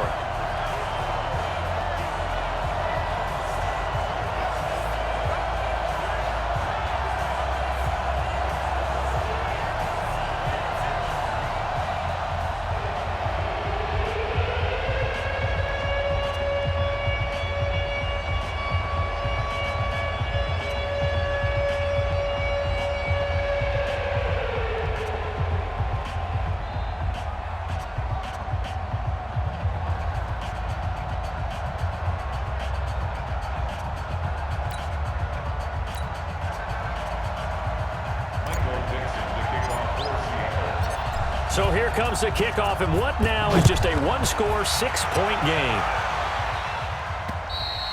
And that'll carry over the back line of the end zone for a touchback.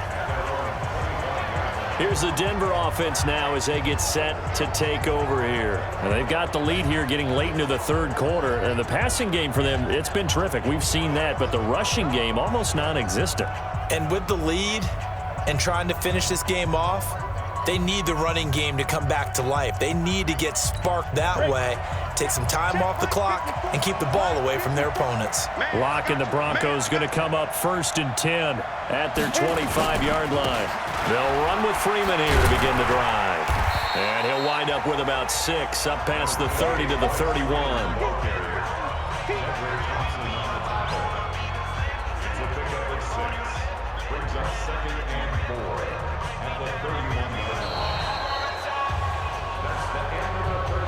One quarter remains here in this Thursday night matchup, and that'll do it for the end of the third quarter. You're watching preseason football on EA Sports.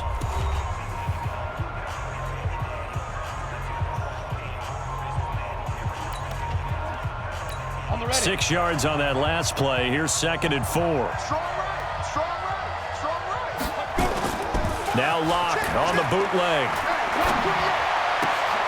He's got the hook up here on the comebacker, complete. And he's going to be out up around the 45-yard line. Give him 14 yards there and a Denver first down. Tell you what, he's been able to put the ball in some tight spots all game long. That throw, no different. Yeah, a lot of people would call it a gutsy type of a throw. I think he looks at it as, I can do it, so it's not that big of a deal to me, and I'm going to keep firing.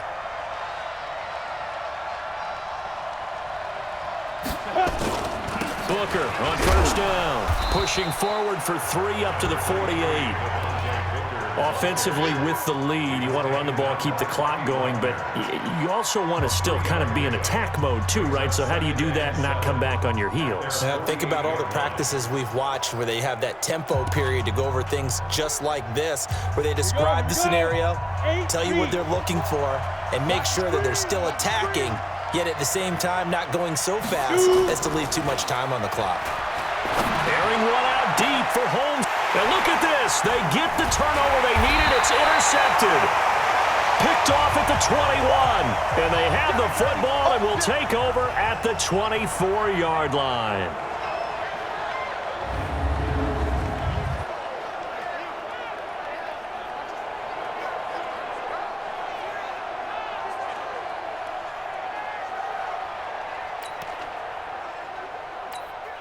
Here's the Seattle offense ready to get this drive underway. And things are starting to move in the right direction. They get the touchdown last drive, then their defense gets them the football back. He'll be brought down by the Broncos. It's a sack. These strong safeties, some people may not realize it. It's really like an extra linebacker, right? It really is, because they're hybrids. Half linebacker, half defensive back. The linebacker in him on that play emerged.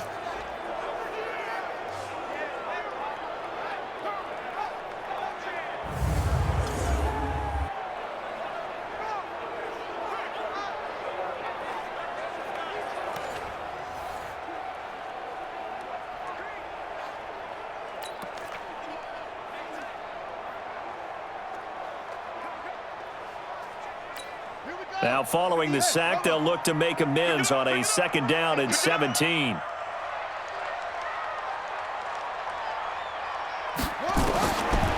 Gino now to throw. And this is caught by C.J. Prosise. They get 16 out of that one, but they'll still need to convert on 3rd. I know most of the time when the ball's in the air, you're thinking wide receiver, tight end, but running backs, they can be a big part of any passing offense nowadays. Get that quarterback, D-line. Get that quarterback, D-line. D-line, get that quarterback. They'll try and run forward with Penny. 11 yards there and a first down for Seattle. Another carry for their leader and a good one. It's crunch time. They'll need him to continue to be productive in both the run and passing game in order for them to try and snatch a victory.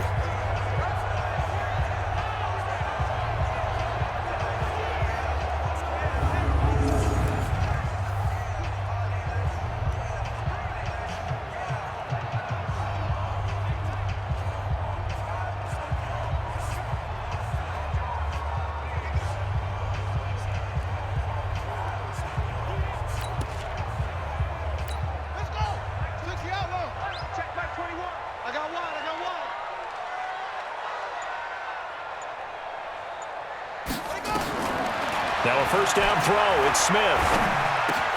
That's complete to Disley, the tight end. 10 yards on the pickup there, and it'll be second down. Well, that tight end position, it just seems to continue to evolve every year in the NFL. Yeah, you're getting really terrific athletes. A lot of them maybe were wide receivers at one point. They continue to give you speed, great hands, and big bodies, which make them excellent targets for quarterbacks. We all have habits. We can be somewhat predictable, and you know me pretty well on second down and short.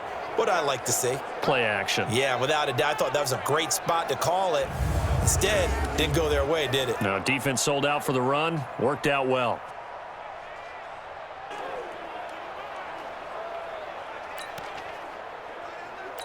The Seahawks on third down. Can't fault these numbers. 7 for 9 thus far. They need just a yard here. It's 3rd and 1. They keep it on the ground. This time it's Penny. And he gets this inside the 35-yard line. Now it looks like we've got a Bronco that's banged up on the play. Definitely the last thing you want to see here in a preseason game. We'll be right back.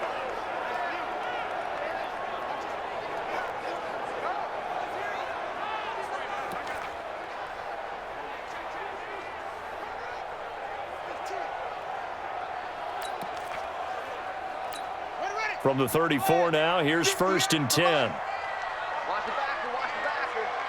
58 to Mike, 58 to Mike. Here's Smith. From the gun, he'll throw. Nowhere to escape, and he goes down. Von Miller, his 2nd sack of the night. Hindsight is 20/20, partner. Maybe they should have kept it on the ground again. Well, it almost looked like the O-line was run blocking again. I mean, they opened up a big hole last time. This time they opened up a hole, and the quarterback got sacked.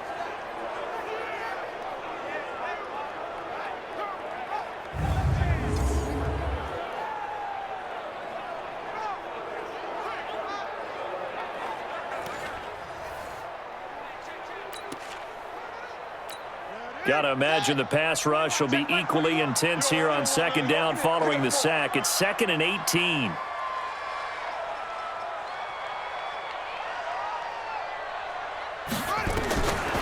Throwing now is Gino.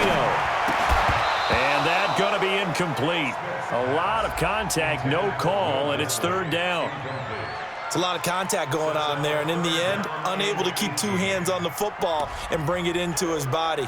Everything looked pretty good until the finish. And the Seahawks on 3rd down. They've been tough to stop. 8 for 10 so far. This will be a tough 3rd and 18. Smith operating from the gun. That's caught by Jennings. They wind up getting 16, but even that's not quite enough. It's 4th down. Boy, they had a lot of real estate to make up there, but what a big-time play for them. Nice completion, excellent gain. Now they're in 4th and manageable. Just a little short, though, with that marker.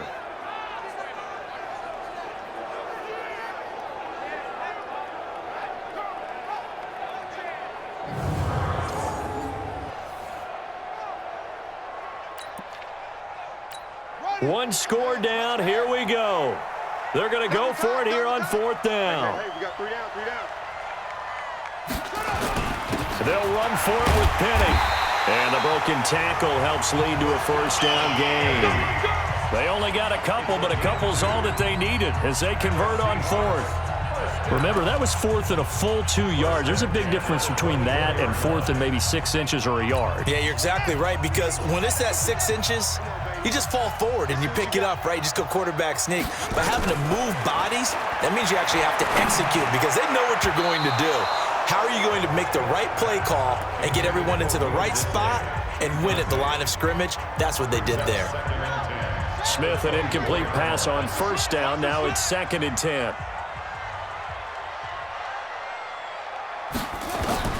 Now Smith to throw again.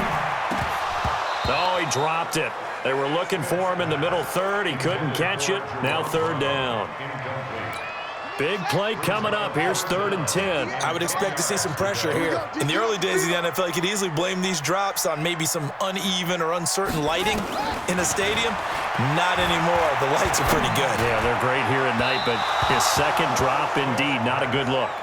Meanwhile, on third down, they take a shot at the end zone, but it's incomplete. Trying to erase that deficit all at once. One big shot. He took it. Unfortunately for him, incomplete. So on fourth down, out trots the kicker in a big spot here. And this one, a 41-yard attempt. And Myers able to knock it through, and that will bring the deficit back down to 3. So with that field goal, this one's now back within a field goal. Maybe not the ultimate result they wanted, but gets them that much closer. This game is unfolding like a really good book, isn't it? Because I feel like there's a few more plot twists yet to be revealed before this one is over.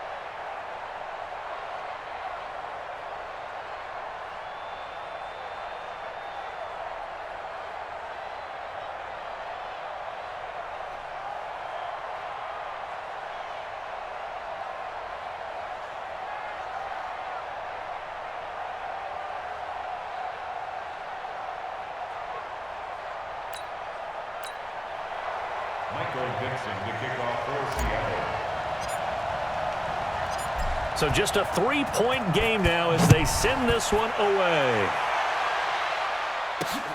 This will be fielded at the 6. And he'll take it past the 25 and up to the 28-yard line. The Bronco offense now set to come back out onto the field.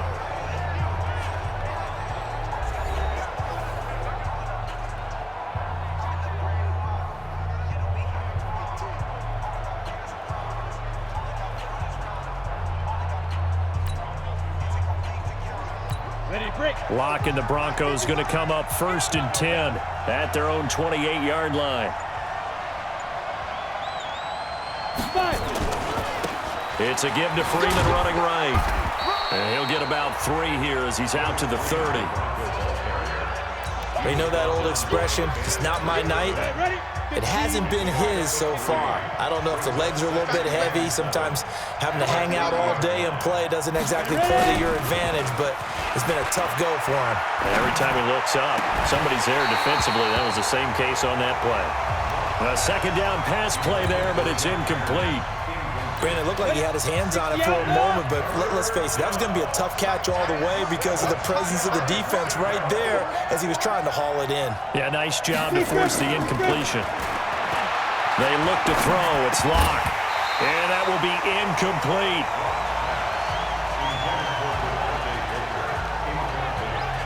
Critical play in this football game because if they pick up the first there, that clock keeps rolling. Has to be a little frustrating for them because they know that if they pick up a first down there and continue to eat away at the clock, really increases their chances of closing this one out. Now they're likely going to have to give the football up and sweat it out on the sideline.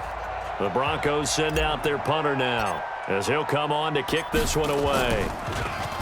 And he puts a little something extra into this one, by far his best of the night. This is fielded at the 7. Nice job bringing that one back. 14 on the return. And out will come the offense as they take over. The Seattle now ready to march out of the field. And a methodical drive last time, but they couldn't get that knockout blow. They had to settle for 3. But you got to like what they've been doing along the way, right? It's almost like the body blows, the setup punch. As you said, they didn't get the knockout blow here, but that doesn't mean it can't come later in the game on another possession. And the defense on the other side, maybe a little gas, yeah, right? A little tired. And if nothing else, they just feel relieved getting upfield and giving up 3. They don't exactly feel like they've handled the offense. They're throwing to start the drive, but that one incomplete. I think you put just a little bit too much heat on that one. When you throw it to the outside, you do have to be careful because you got to keep it away from the defender, but you also have to give your own guy a chance too.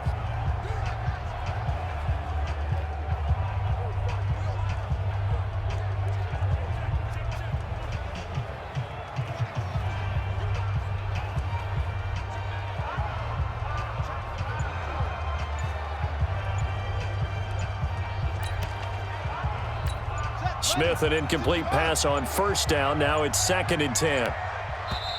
And with very little time left on the play clock, Pete Carroll's going to call timeout. That's going to leave him with just 1 remaining here in this 4th quarter. From the 21, it's 2nd and 10.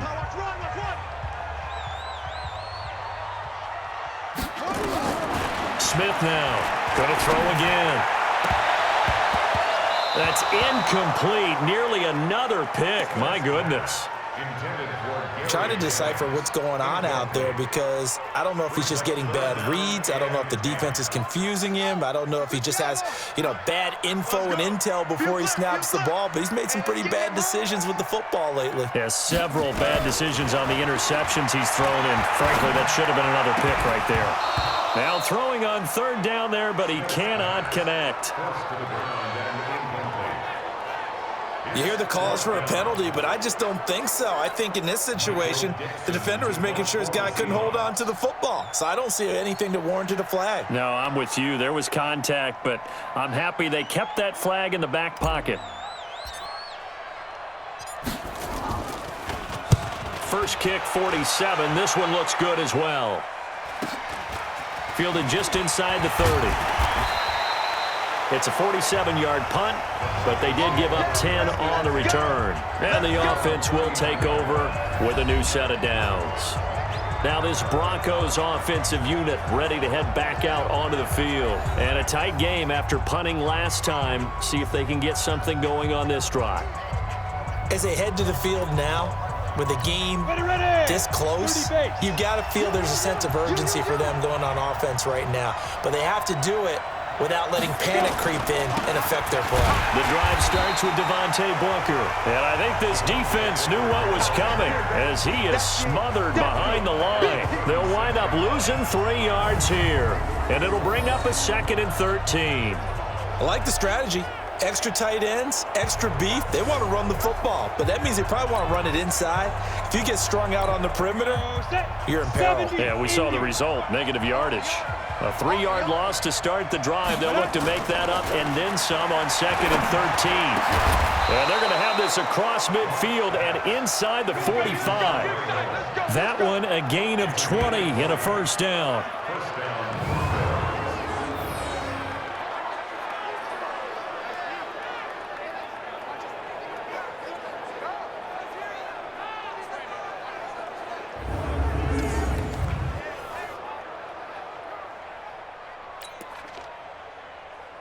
Got it. 55 to Mike. Check. 55 to Mike. Watch twist. Now. This is Freeman on 1st and 10. Call it a gain of 4 on 1st, and that'll make it 2nd down. I'm guessing you'd say this is kind of the key here. Grind out some yardage, work on that clock, see if you can continue to tick it down. Definitely, you want to bleed things out at this point, right? Continue to possess the football, gain some yardage, and put the onus on the defense. Do they have to use timeouts? What are they going to do to stop you? You're taking charge. From the 39, Locke. Open man is Winfrey. And they're going to be set up down around the 15-yard line. And that'll wind up moving the chains again as the tackle's going to be made at the Seahawks' 15-yard line. And with that last play, he's now up over that 300-yard mark. And in today's NFL, it almost feels routine. And I hate that when you talk about a 300-yard passing game. To me, 300 yards still signifies excellence, and he's achieved that in this performance.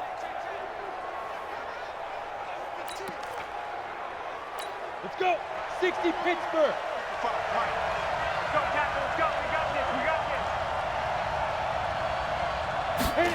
A 20th carry now for Freeman. And he stopped after only a yard, taking it down to the 14. Well, they had that one sniffed out. Excellent run blitz. Stop that one for a short gain. What makes a good run blitz a good run blitz? The ability to stay on task, to follow up your assignment, go to the gap you're supposed to cover, and not be deterred by anything else. And this is caught for a Bronco touchdown. Andre Holmes there to make the grab. And the Broncos push further out in front. They have to love seeing that from their young quarterback here in the 4th quarter, able to further that lead with a touchdown pass. He didn't go turtle, did he? And you know what I mean by that. I had an old coach used to say all the time, hey, when we have a lead late, don't just tuck in and try and ride it out. Go out and play and extend the lead. And that's what he did.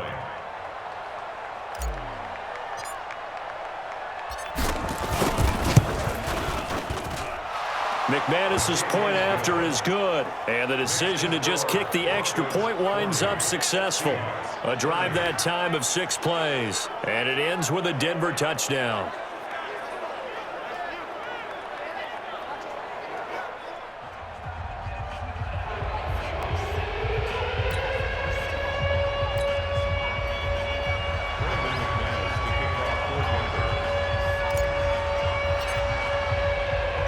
After the touchdown, here's McManus now to kick it away.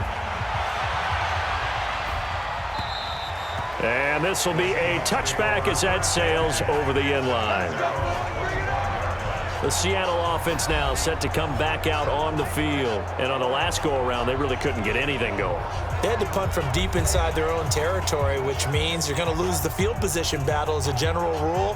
What they're looking for now is a little more consistency, move the ball at least a few times on offense, get a couple of first downs, and hopefully flip the field. Yeah, just something to build off of. That's what they're looking for here.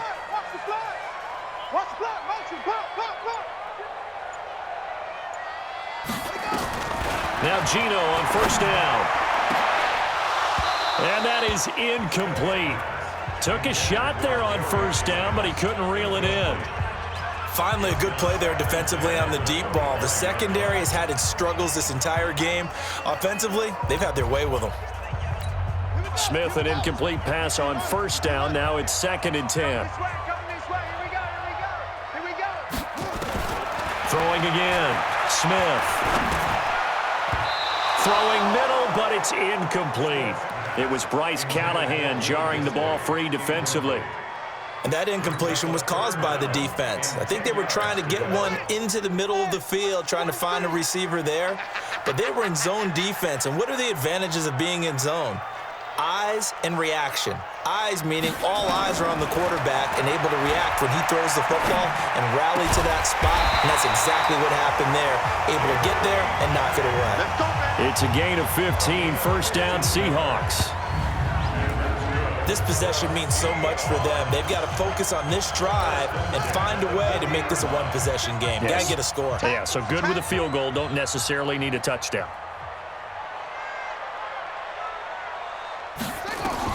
Smith on first down. His throw incomplete.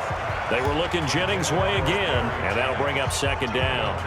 Looked like he had a couple of different options as far as who to throw to on that play. And who am I to say this, but I'm not sure he made the right decision. Well, the window of opportunity is always going to be small in the NFL. That's why those quarterbacks who make quick decisions and have quick releases have the most success in this league. Throwing again on 2nd and 10. Smith. I think he's a little trigger happy right there, and it turned into an ill-advised throw into their zone. Well, we know he has confidence. He'll throw it any place, anytime, anywhere. That time it fell incomplete.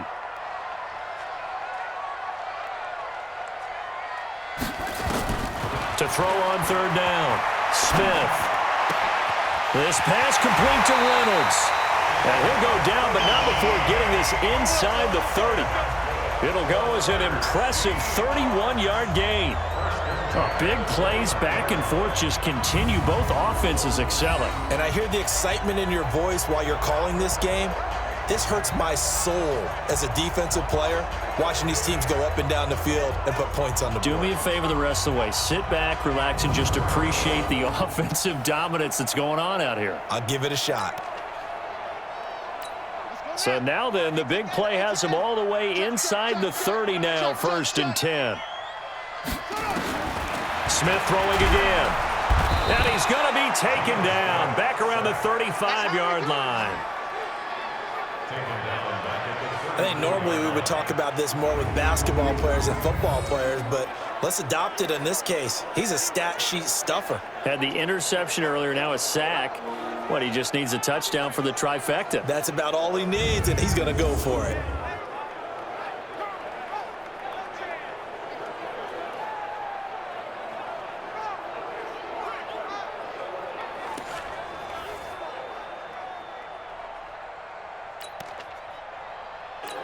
Pass protection has been a problem all night long as they come up facing 2nd and a bundle.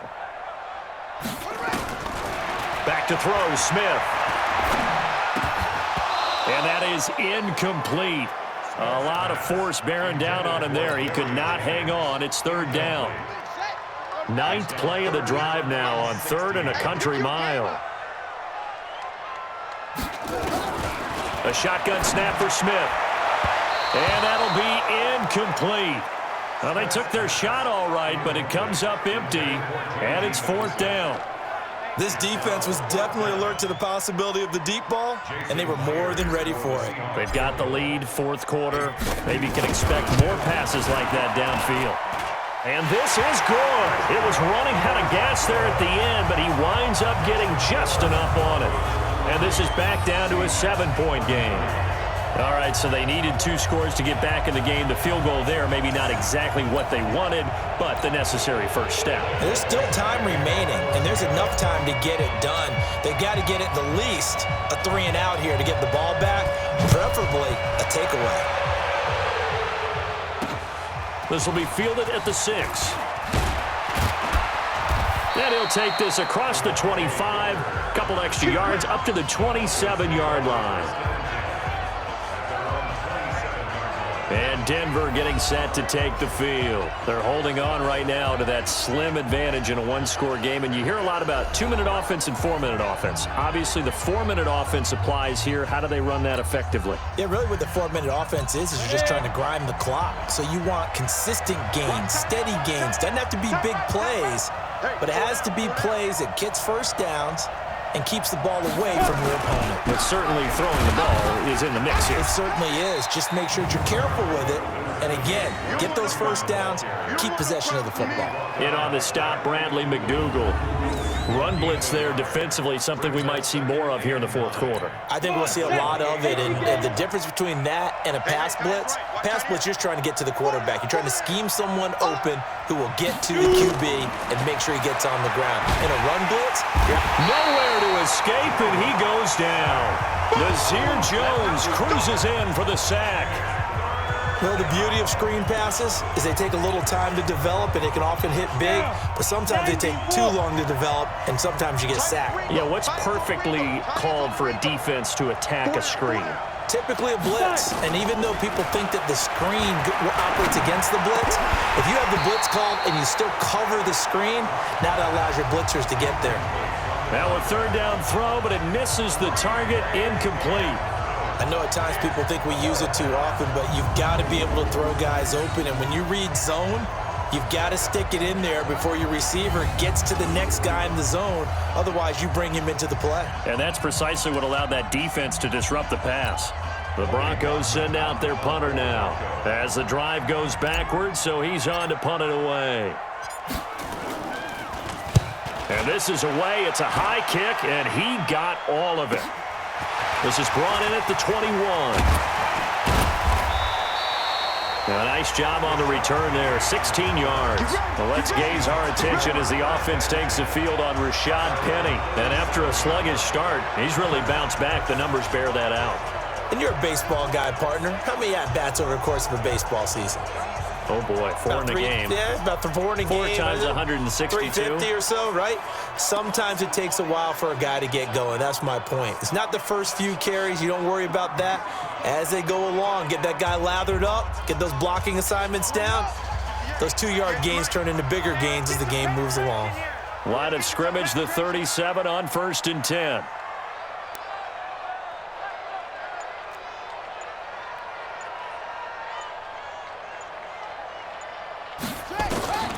From the gun, here's Smith.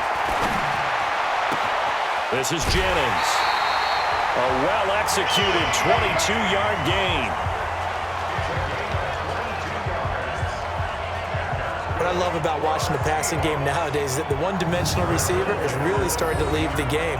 You've got to be able to do it all. Of course, you got to run fast. Of course, you got to catch the ball. But route running savvy and toughness, there's a premium for all of that now.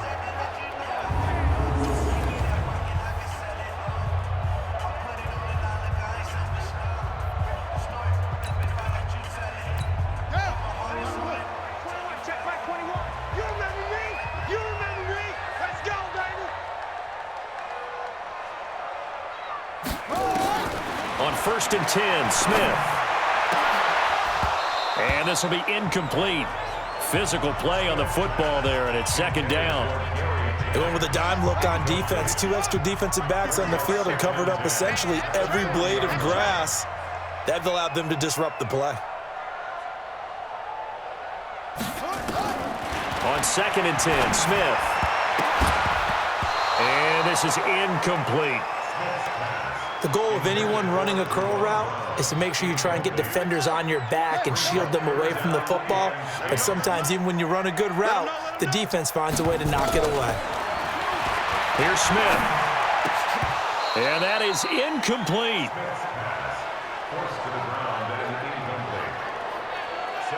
You can tell they were hoping for a flag there offensively. Several on the sideline motioning, hey, why not a penalty? Why not a penalty?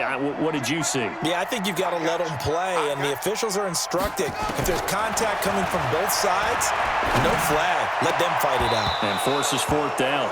Now they go for it on fourth, but this one is going to wind up incomplete. Pete Carroll rolled the dice, but it didn't work out. And the Broncos will take over on downs. They've got good starting field position as they come up here 1st and 10 at the 40. They run from the pistol here with Freeman. And he is met in his tracks behind the line of scrimmage. It's a loss of 2 there, bringing up 2nd down. Decent start defensively to this series. They've got to stop them here and get this ball back.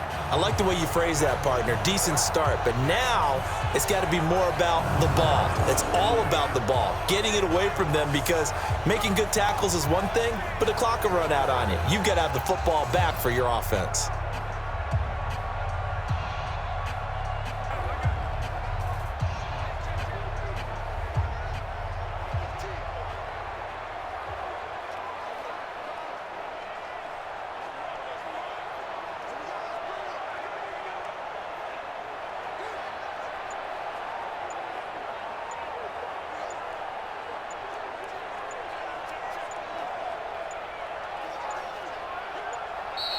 And they're going to take it all the way down and just take the delay. Delay of game, offense.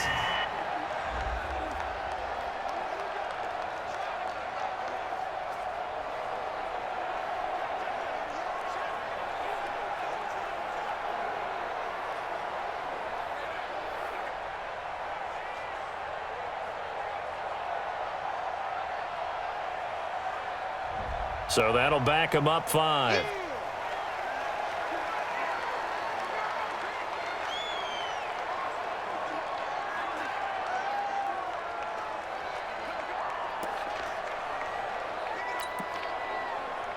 Let's go now. 18 Gator. Tight end right. Hey. 4 down. Lock to throw on 2nd down. And look at this. They get the turnover they needed. It's intercepted. Picked up by Brian McDougal. And a return across midfield into the 46-yard line. Certainly not what he was hoping for, Charles. That's now 3 interceptions in this ball game. But there's a lot of knowledge to be gleaned every time you throw an interception if you do things the right way. And hasn't there been a pretty darn good quarterback along the way who threw a lot of interceptions early, learned from them, and became great later? Who would that be? That'd be one Peyton Manning. Threw 28 his rookie year. That's the NFL record. How'd things turn out for him? I think okay. He's the guy in all the commercials now, right? Yeah, I think he's doing okay. So all eyes on this Seahawks offense. Down by 7, and time, a huge factor. You can't say the preseason isn't interesting. This has been great as they come up 1st and 10.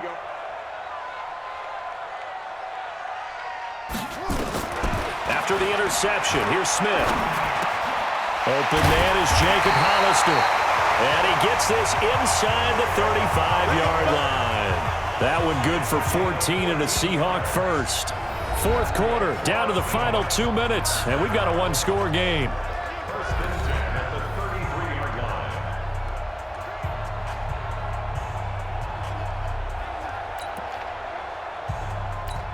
So it's Seahawk football as we march toward a conclusion. They come up on a 1st and 10, desperately needing a score here on what could be their final drive.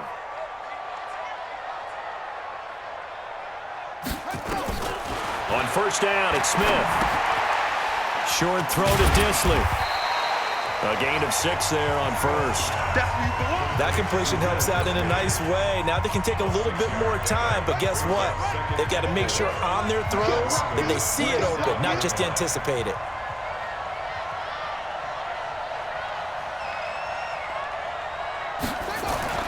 Now it's Smith. He's got the hookup to Jerron Brown. An excellent pickup of 20 yards. Well, I guess at the very least, they got the tackle from keeping him out of the end zone. Yeah, you're looking for that silver lining, aren't you? But guess what? Everything changes now after that big play. They've got a chance to strike.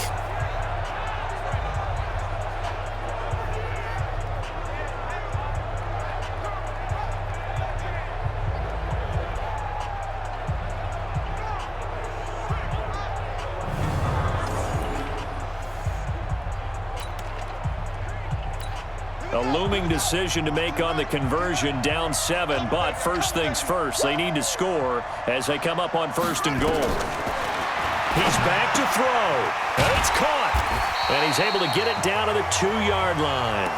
That'll bring up 2nd and goal after the gain of 5.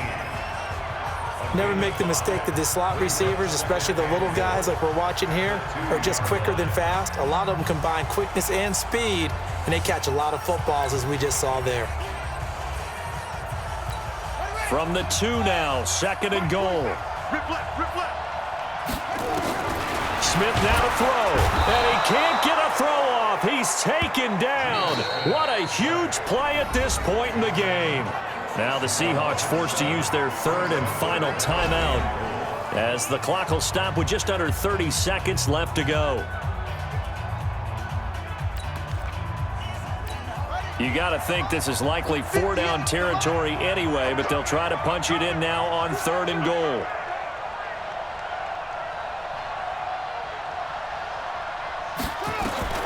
They'll look to throw. And it's caught. It's a touchdown. So they rally here in the final minute, and they're an extra point away from tying this game. No surprise there, 3rd and goal down here. That's where they're going to look for their tight end. Yeah, you want that big guy running his routes because it doesn't matter who they cover him with. If it's another big guy, he might use his bulk against him. If it's a shorter defender, might go over the top. Either way, you tend to find a little bit of a mismatch in that area. So the drive there took 6 plays, and the Seahawks capping it off with a touchdown.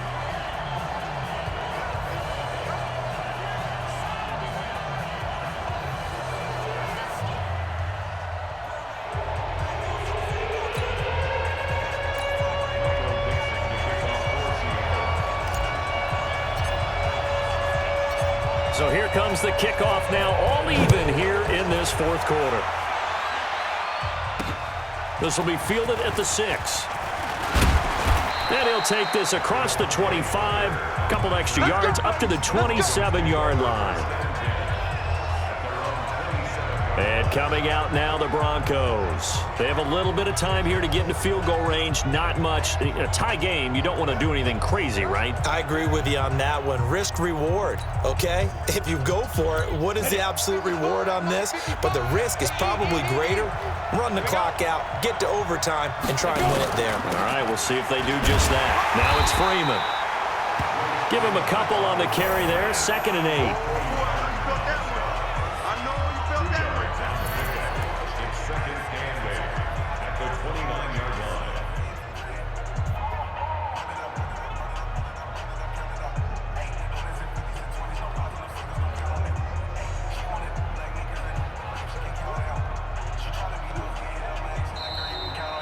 Final whistle blows, and we need some extra time here to decide who will be the victor. 60 minutes, just not enough some days to decide who's going to win the game. It's a little teaching moment here. Overtime rules. Remind us how this goes, partner.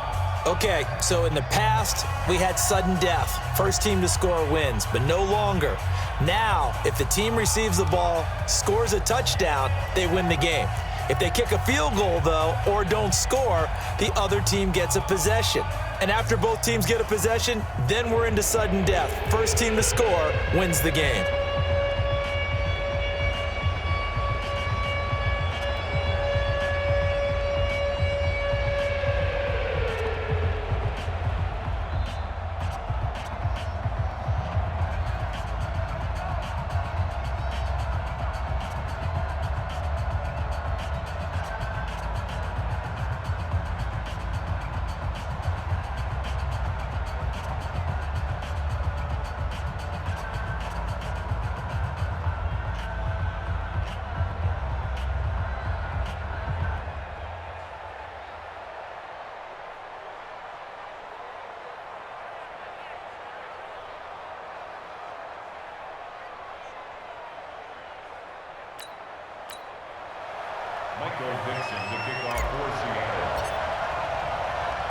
So a tie ball game here as the kick's away. This will be fielded at the 6. And he's up across the 25 and down at the 28-yard line. Here's the Denver offense now as they get set to take over here. They're set for their first drive here in overtime, and this is where the crowd can really become a factor. They've had to battle it all day, but I know what you're saying. In overtime, that gets doubled, doesn't it? At least, because now the crowd really wants to be involved and help their team, and that first drive can dictate the whole thing because they know if this team takes it downfield and scores a touchdown, it's game over. It's been loud in here so far. He'll have a first down past the 40, and he'll take it to the 43-yard line. Give him 14 yards there and a Denver first down. I don't know what this says about me, but I love successful runs up the middle when the blocking is so well executed like that. And it doesn't matter whether it's zone blocking, whether it's a power scheme. When you have a blocker on a defender and then the running back can read it, find the proper hole, and just go, it's sometimes a thing of beauty.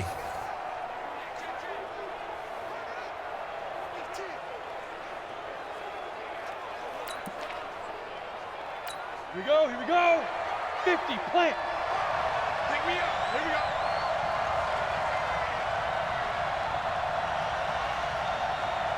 Snap.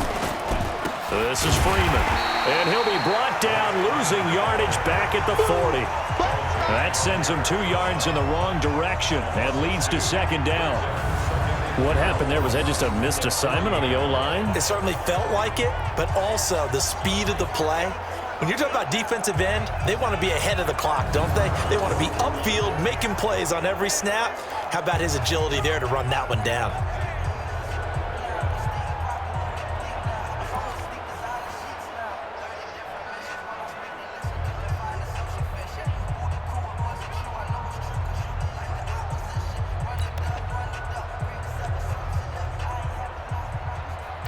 Set, ready? 8, read. 54 Mike. You gonna see me in your nightmare, son. You gonna see me in your nightmare. Get it. First throw of overtime for Locke. He's got it, the tight end Jeff Hireman. And he is brought down, but not before reaching the 30. Good yardage after the catch. Is that play good for 30 and a first? The offense just continues to reign supreme. Big plays, both sides, back and forth. Tough to keep track of. It certainly is, and I'm over here just marveling at what I'm seeing. It's tough for you, though. You got to call all these big plays and have all this emotion each time they go at each other.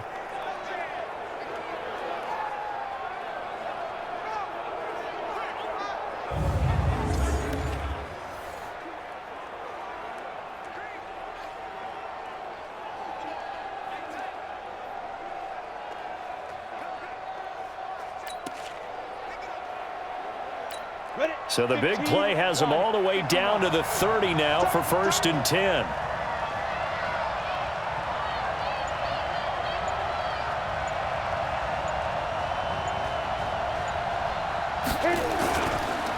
They run the counter. Freeman, a short gain here, maybe a yard to the 29. And this is why aggressive defensive coordinators love to blitz. It wreaks havoc because they end up taking their attention to the blitzers, freed up the D lineman to make the play. The run only got a yard. Here's 2nd and 9. Walk tight, walk tight. Tight end right, tight end right. We got 4. Now Locke throwing on 2nd down. And that's complete to the tight end Hireman. And he's brought down, but not before he reaches the 8-yard line. The end result, 21 yards. And you definitely could make the case we might not even be in overtime had he not thrown 3 interceptions in regulation. But looking better here so far in OT. Yeah, and when you think about what a coach is thinking at that point, because normally you've thrown 3 picks during the game, you might craft your play calling to be a little more careful. Not in this case. The green light still on for him.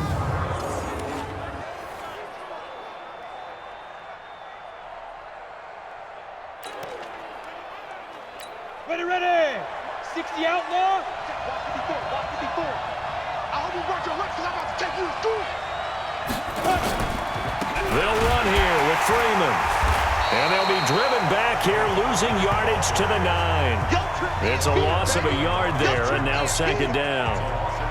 Yeah, and that was a safety that came through and made the play. But there's no doubt in my mind, he hits like a linebacker. And we see a lot of that in today's NFL, don't we? And that time we do indeed. A big hit for a loss. Now from the 9, here's 2nd and goal. On 2nd down, here's Locke. To the goal line, but it's incomplete. A missed opportunity for an interception would have killed off a drive. They had a chance there to finish things off. Didn't get it done. I guess that's why a lot of those guys do not play offense. Check three. Booker on 3rd and goal. Now the stop will come inside the 5 at the 4. Call it a gain of 5, but still a decent ways from the end zone now on 4th and goal. And I know you with every carry, especially in overtime, you're just saying if you're that ball carrier, hold on to the football. Hold on to it, protect it, but not necessarily settling because you're trying to get to the end zone. You're trying to end the game right here. And I know the defensive guys poking, clawing, raking, trying to knock the ball free and protect their end zone. Yeah, like you alluded to, especially this part of the field. The kick by McManus is good. And with that, they will move out in front by 3. So yet another field goal to end a drive. That has been a very common theme. He's now hit 5 of them in this game. Yeah, Brandon, as an offense, you hate that you've had to call on your kicker so often, but you have to love the fact that time and time again, he's come through. After splitting the uprights, McManus to kick it away. And this will not be returnable. It's out of the back of the end zone for a touchback. And out now come the Seahawks. The field goal would push it to sudden death. We just saw the field goal on the other end, but I don't think they are thinking field goal. At least not to start this drive. They're not thinking field goal. Not at all, because your point is well taken. Yeah, kick the field goal, you push it to sudden death, but you're also kicking off and giving the other team the ball with a chance to kick a field goal and beat you. Get the touchdown, finish the game off. That has to be the mindset. And here's a good way to kick off a drive, complete over the middle. A good pickup there, a 22. And on that last play there, he's over 400 yards passing now. You know what that generally means? Success. That, and it means you really didn't miss opportunities. Usually very accurate. The ball's getting to the right place. Guys are making yardage after the catch to help you out that way. I mean, the whole team has picked it up. And don't forget, that means the offensive line has had to pass protect pretty well, too. Yeah, everyone dialed in.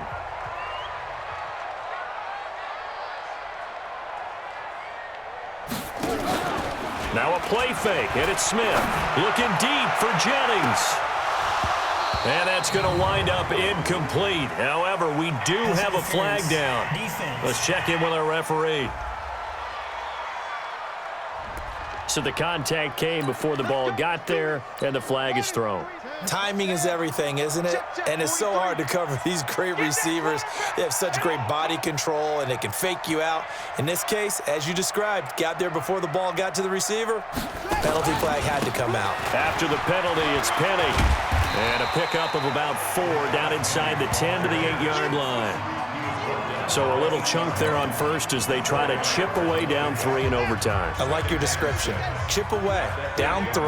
You don't have to get it all in one big play, although obviously that would be nice. But there's no need to have that type of risk associated with it. And he's going to be dropped. Back at the 15-yard line. Derek Wolfe popping in for the sack. This has been a tough one for this offensive line. It appears almost like they've been on roller skates this entire game, the way they've been pushed around. 6 sacks given up in this one. Now a tough spot for Geno Smith and company after the sack. It's 3rd and long. They're going to try the jet sweep on 3rd and long. They're able to convert on 3rd down, and that sets up a 1st and goal. Well, partner, if we had their entire playbook in front of us, I'm not sure we would have picked out that play as the one to run in that situation. How about the guts of the offensive coordinator? Dialing that one up into great success. Now Rashad Penny. And he's into the end zone for the touchdown and the game winner in OT.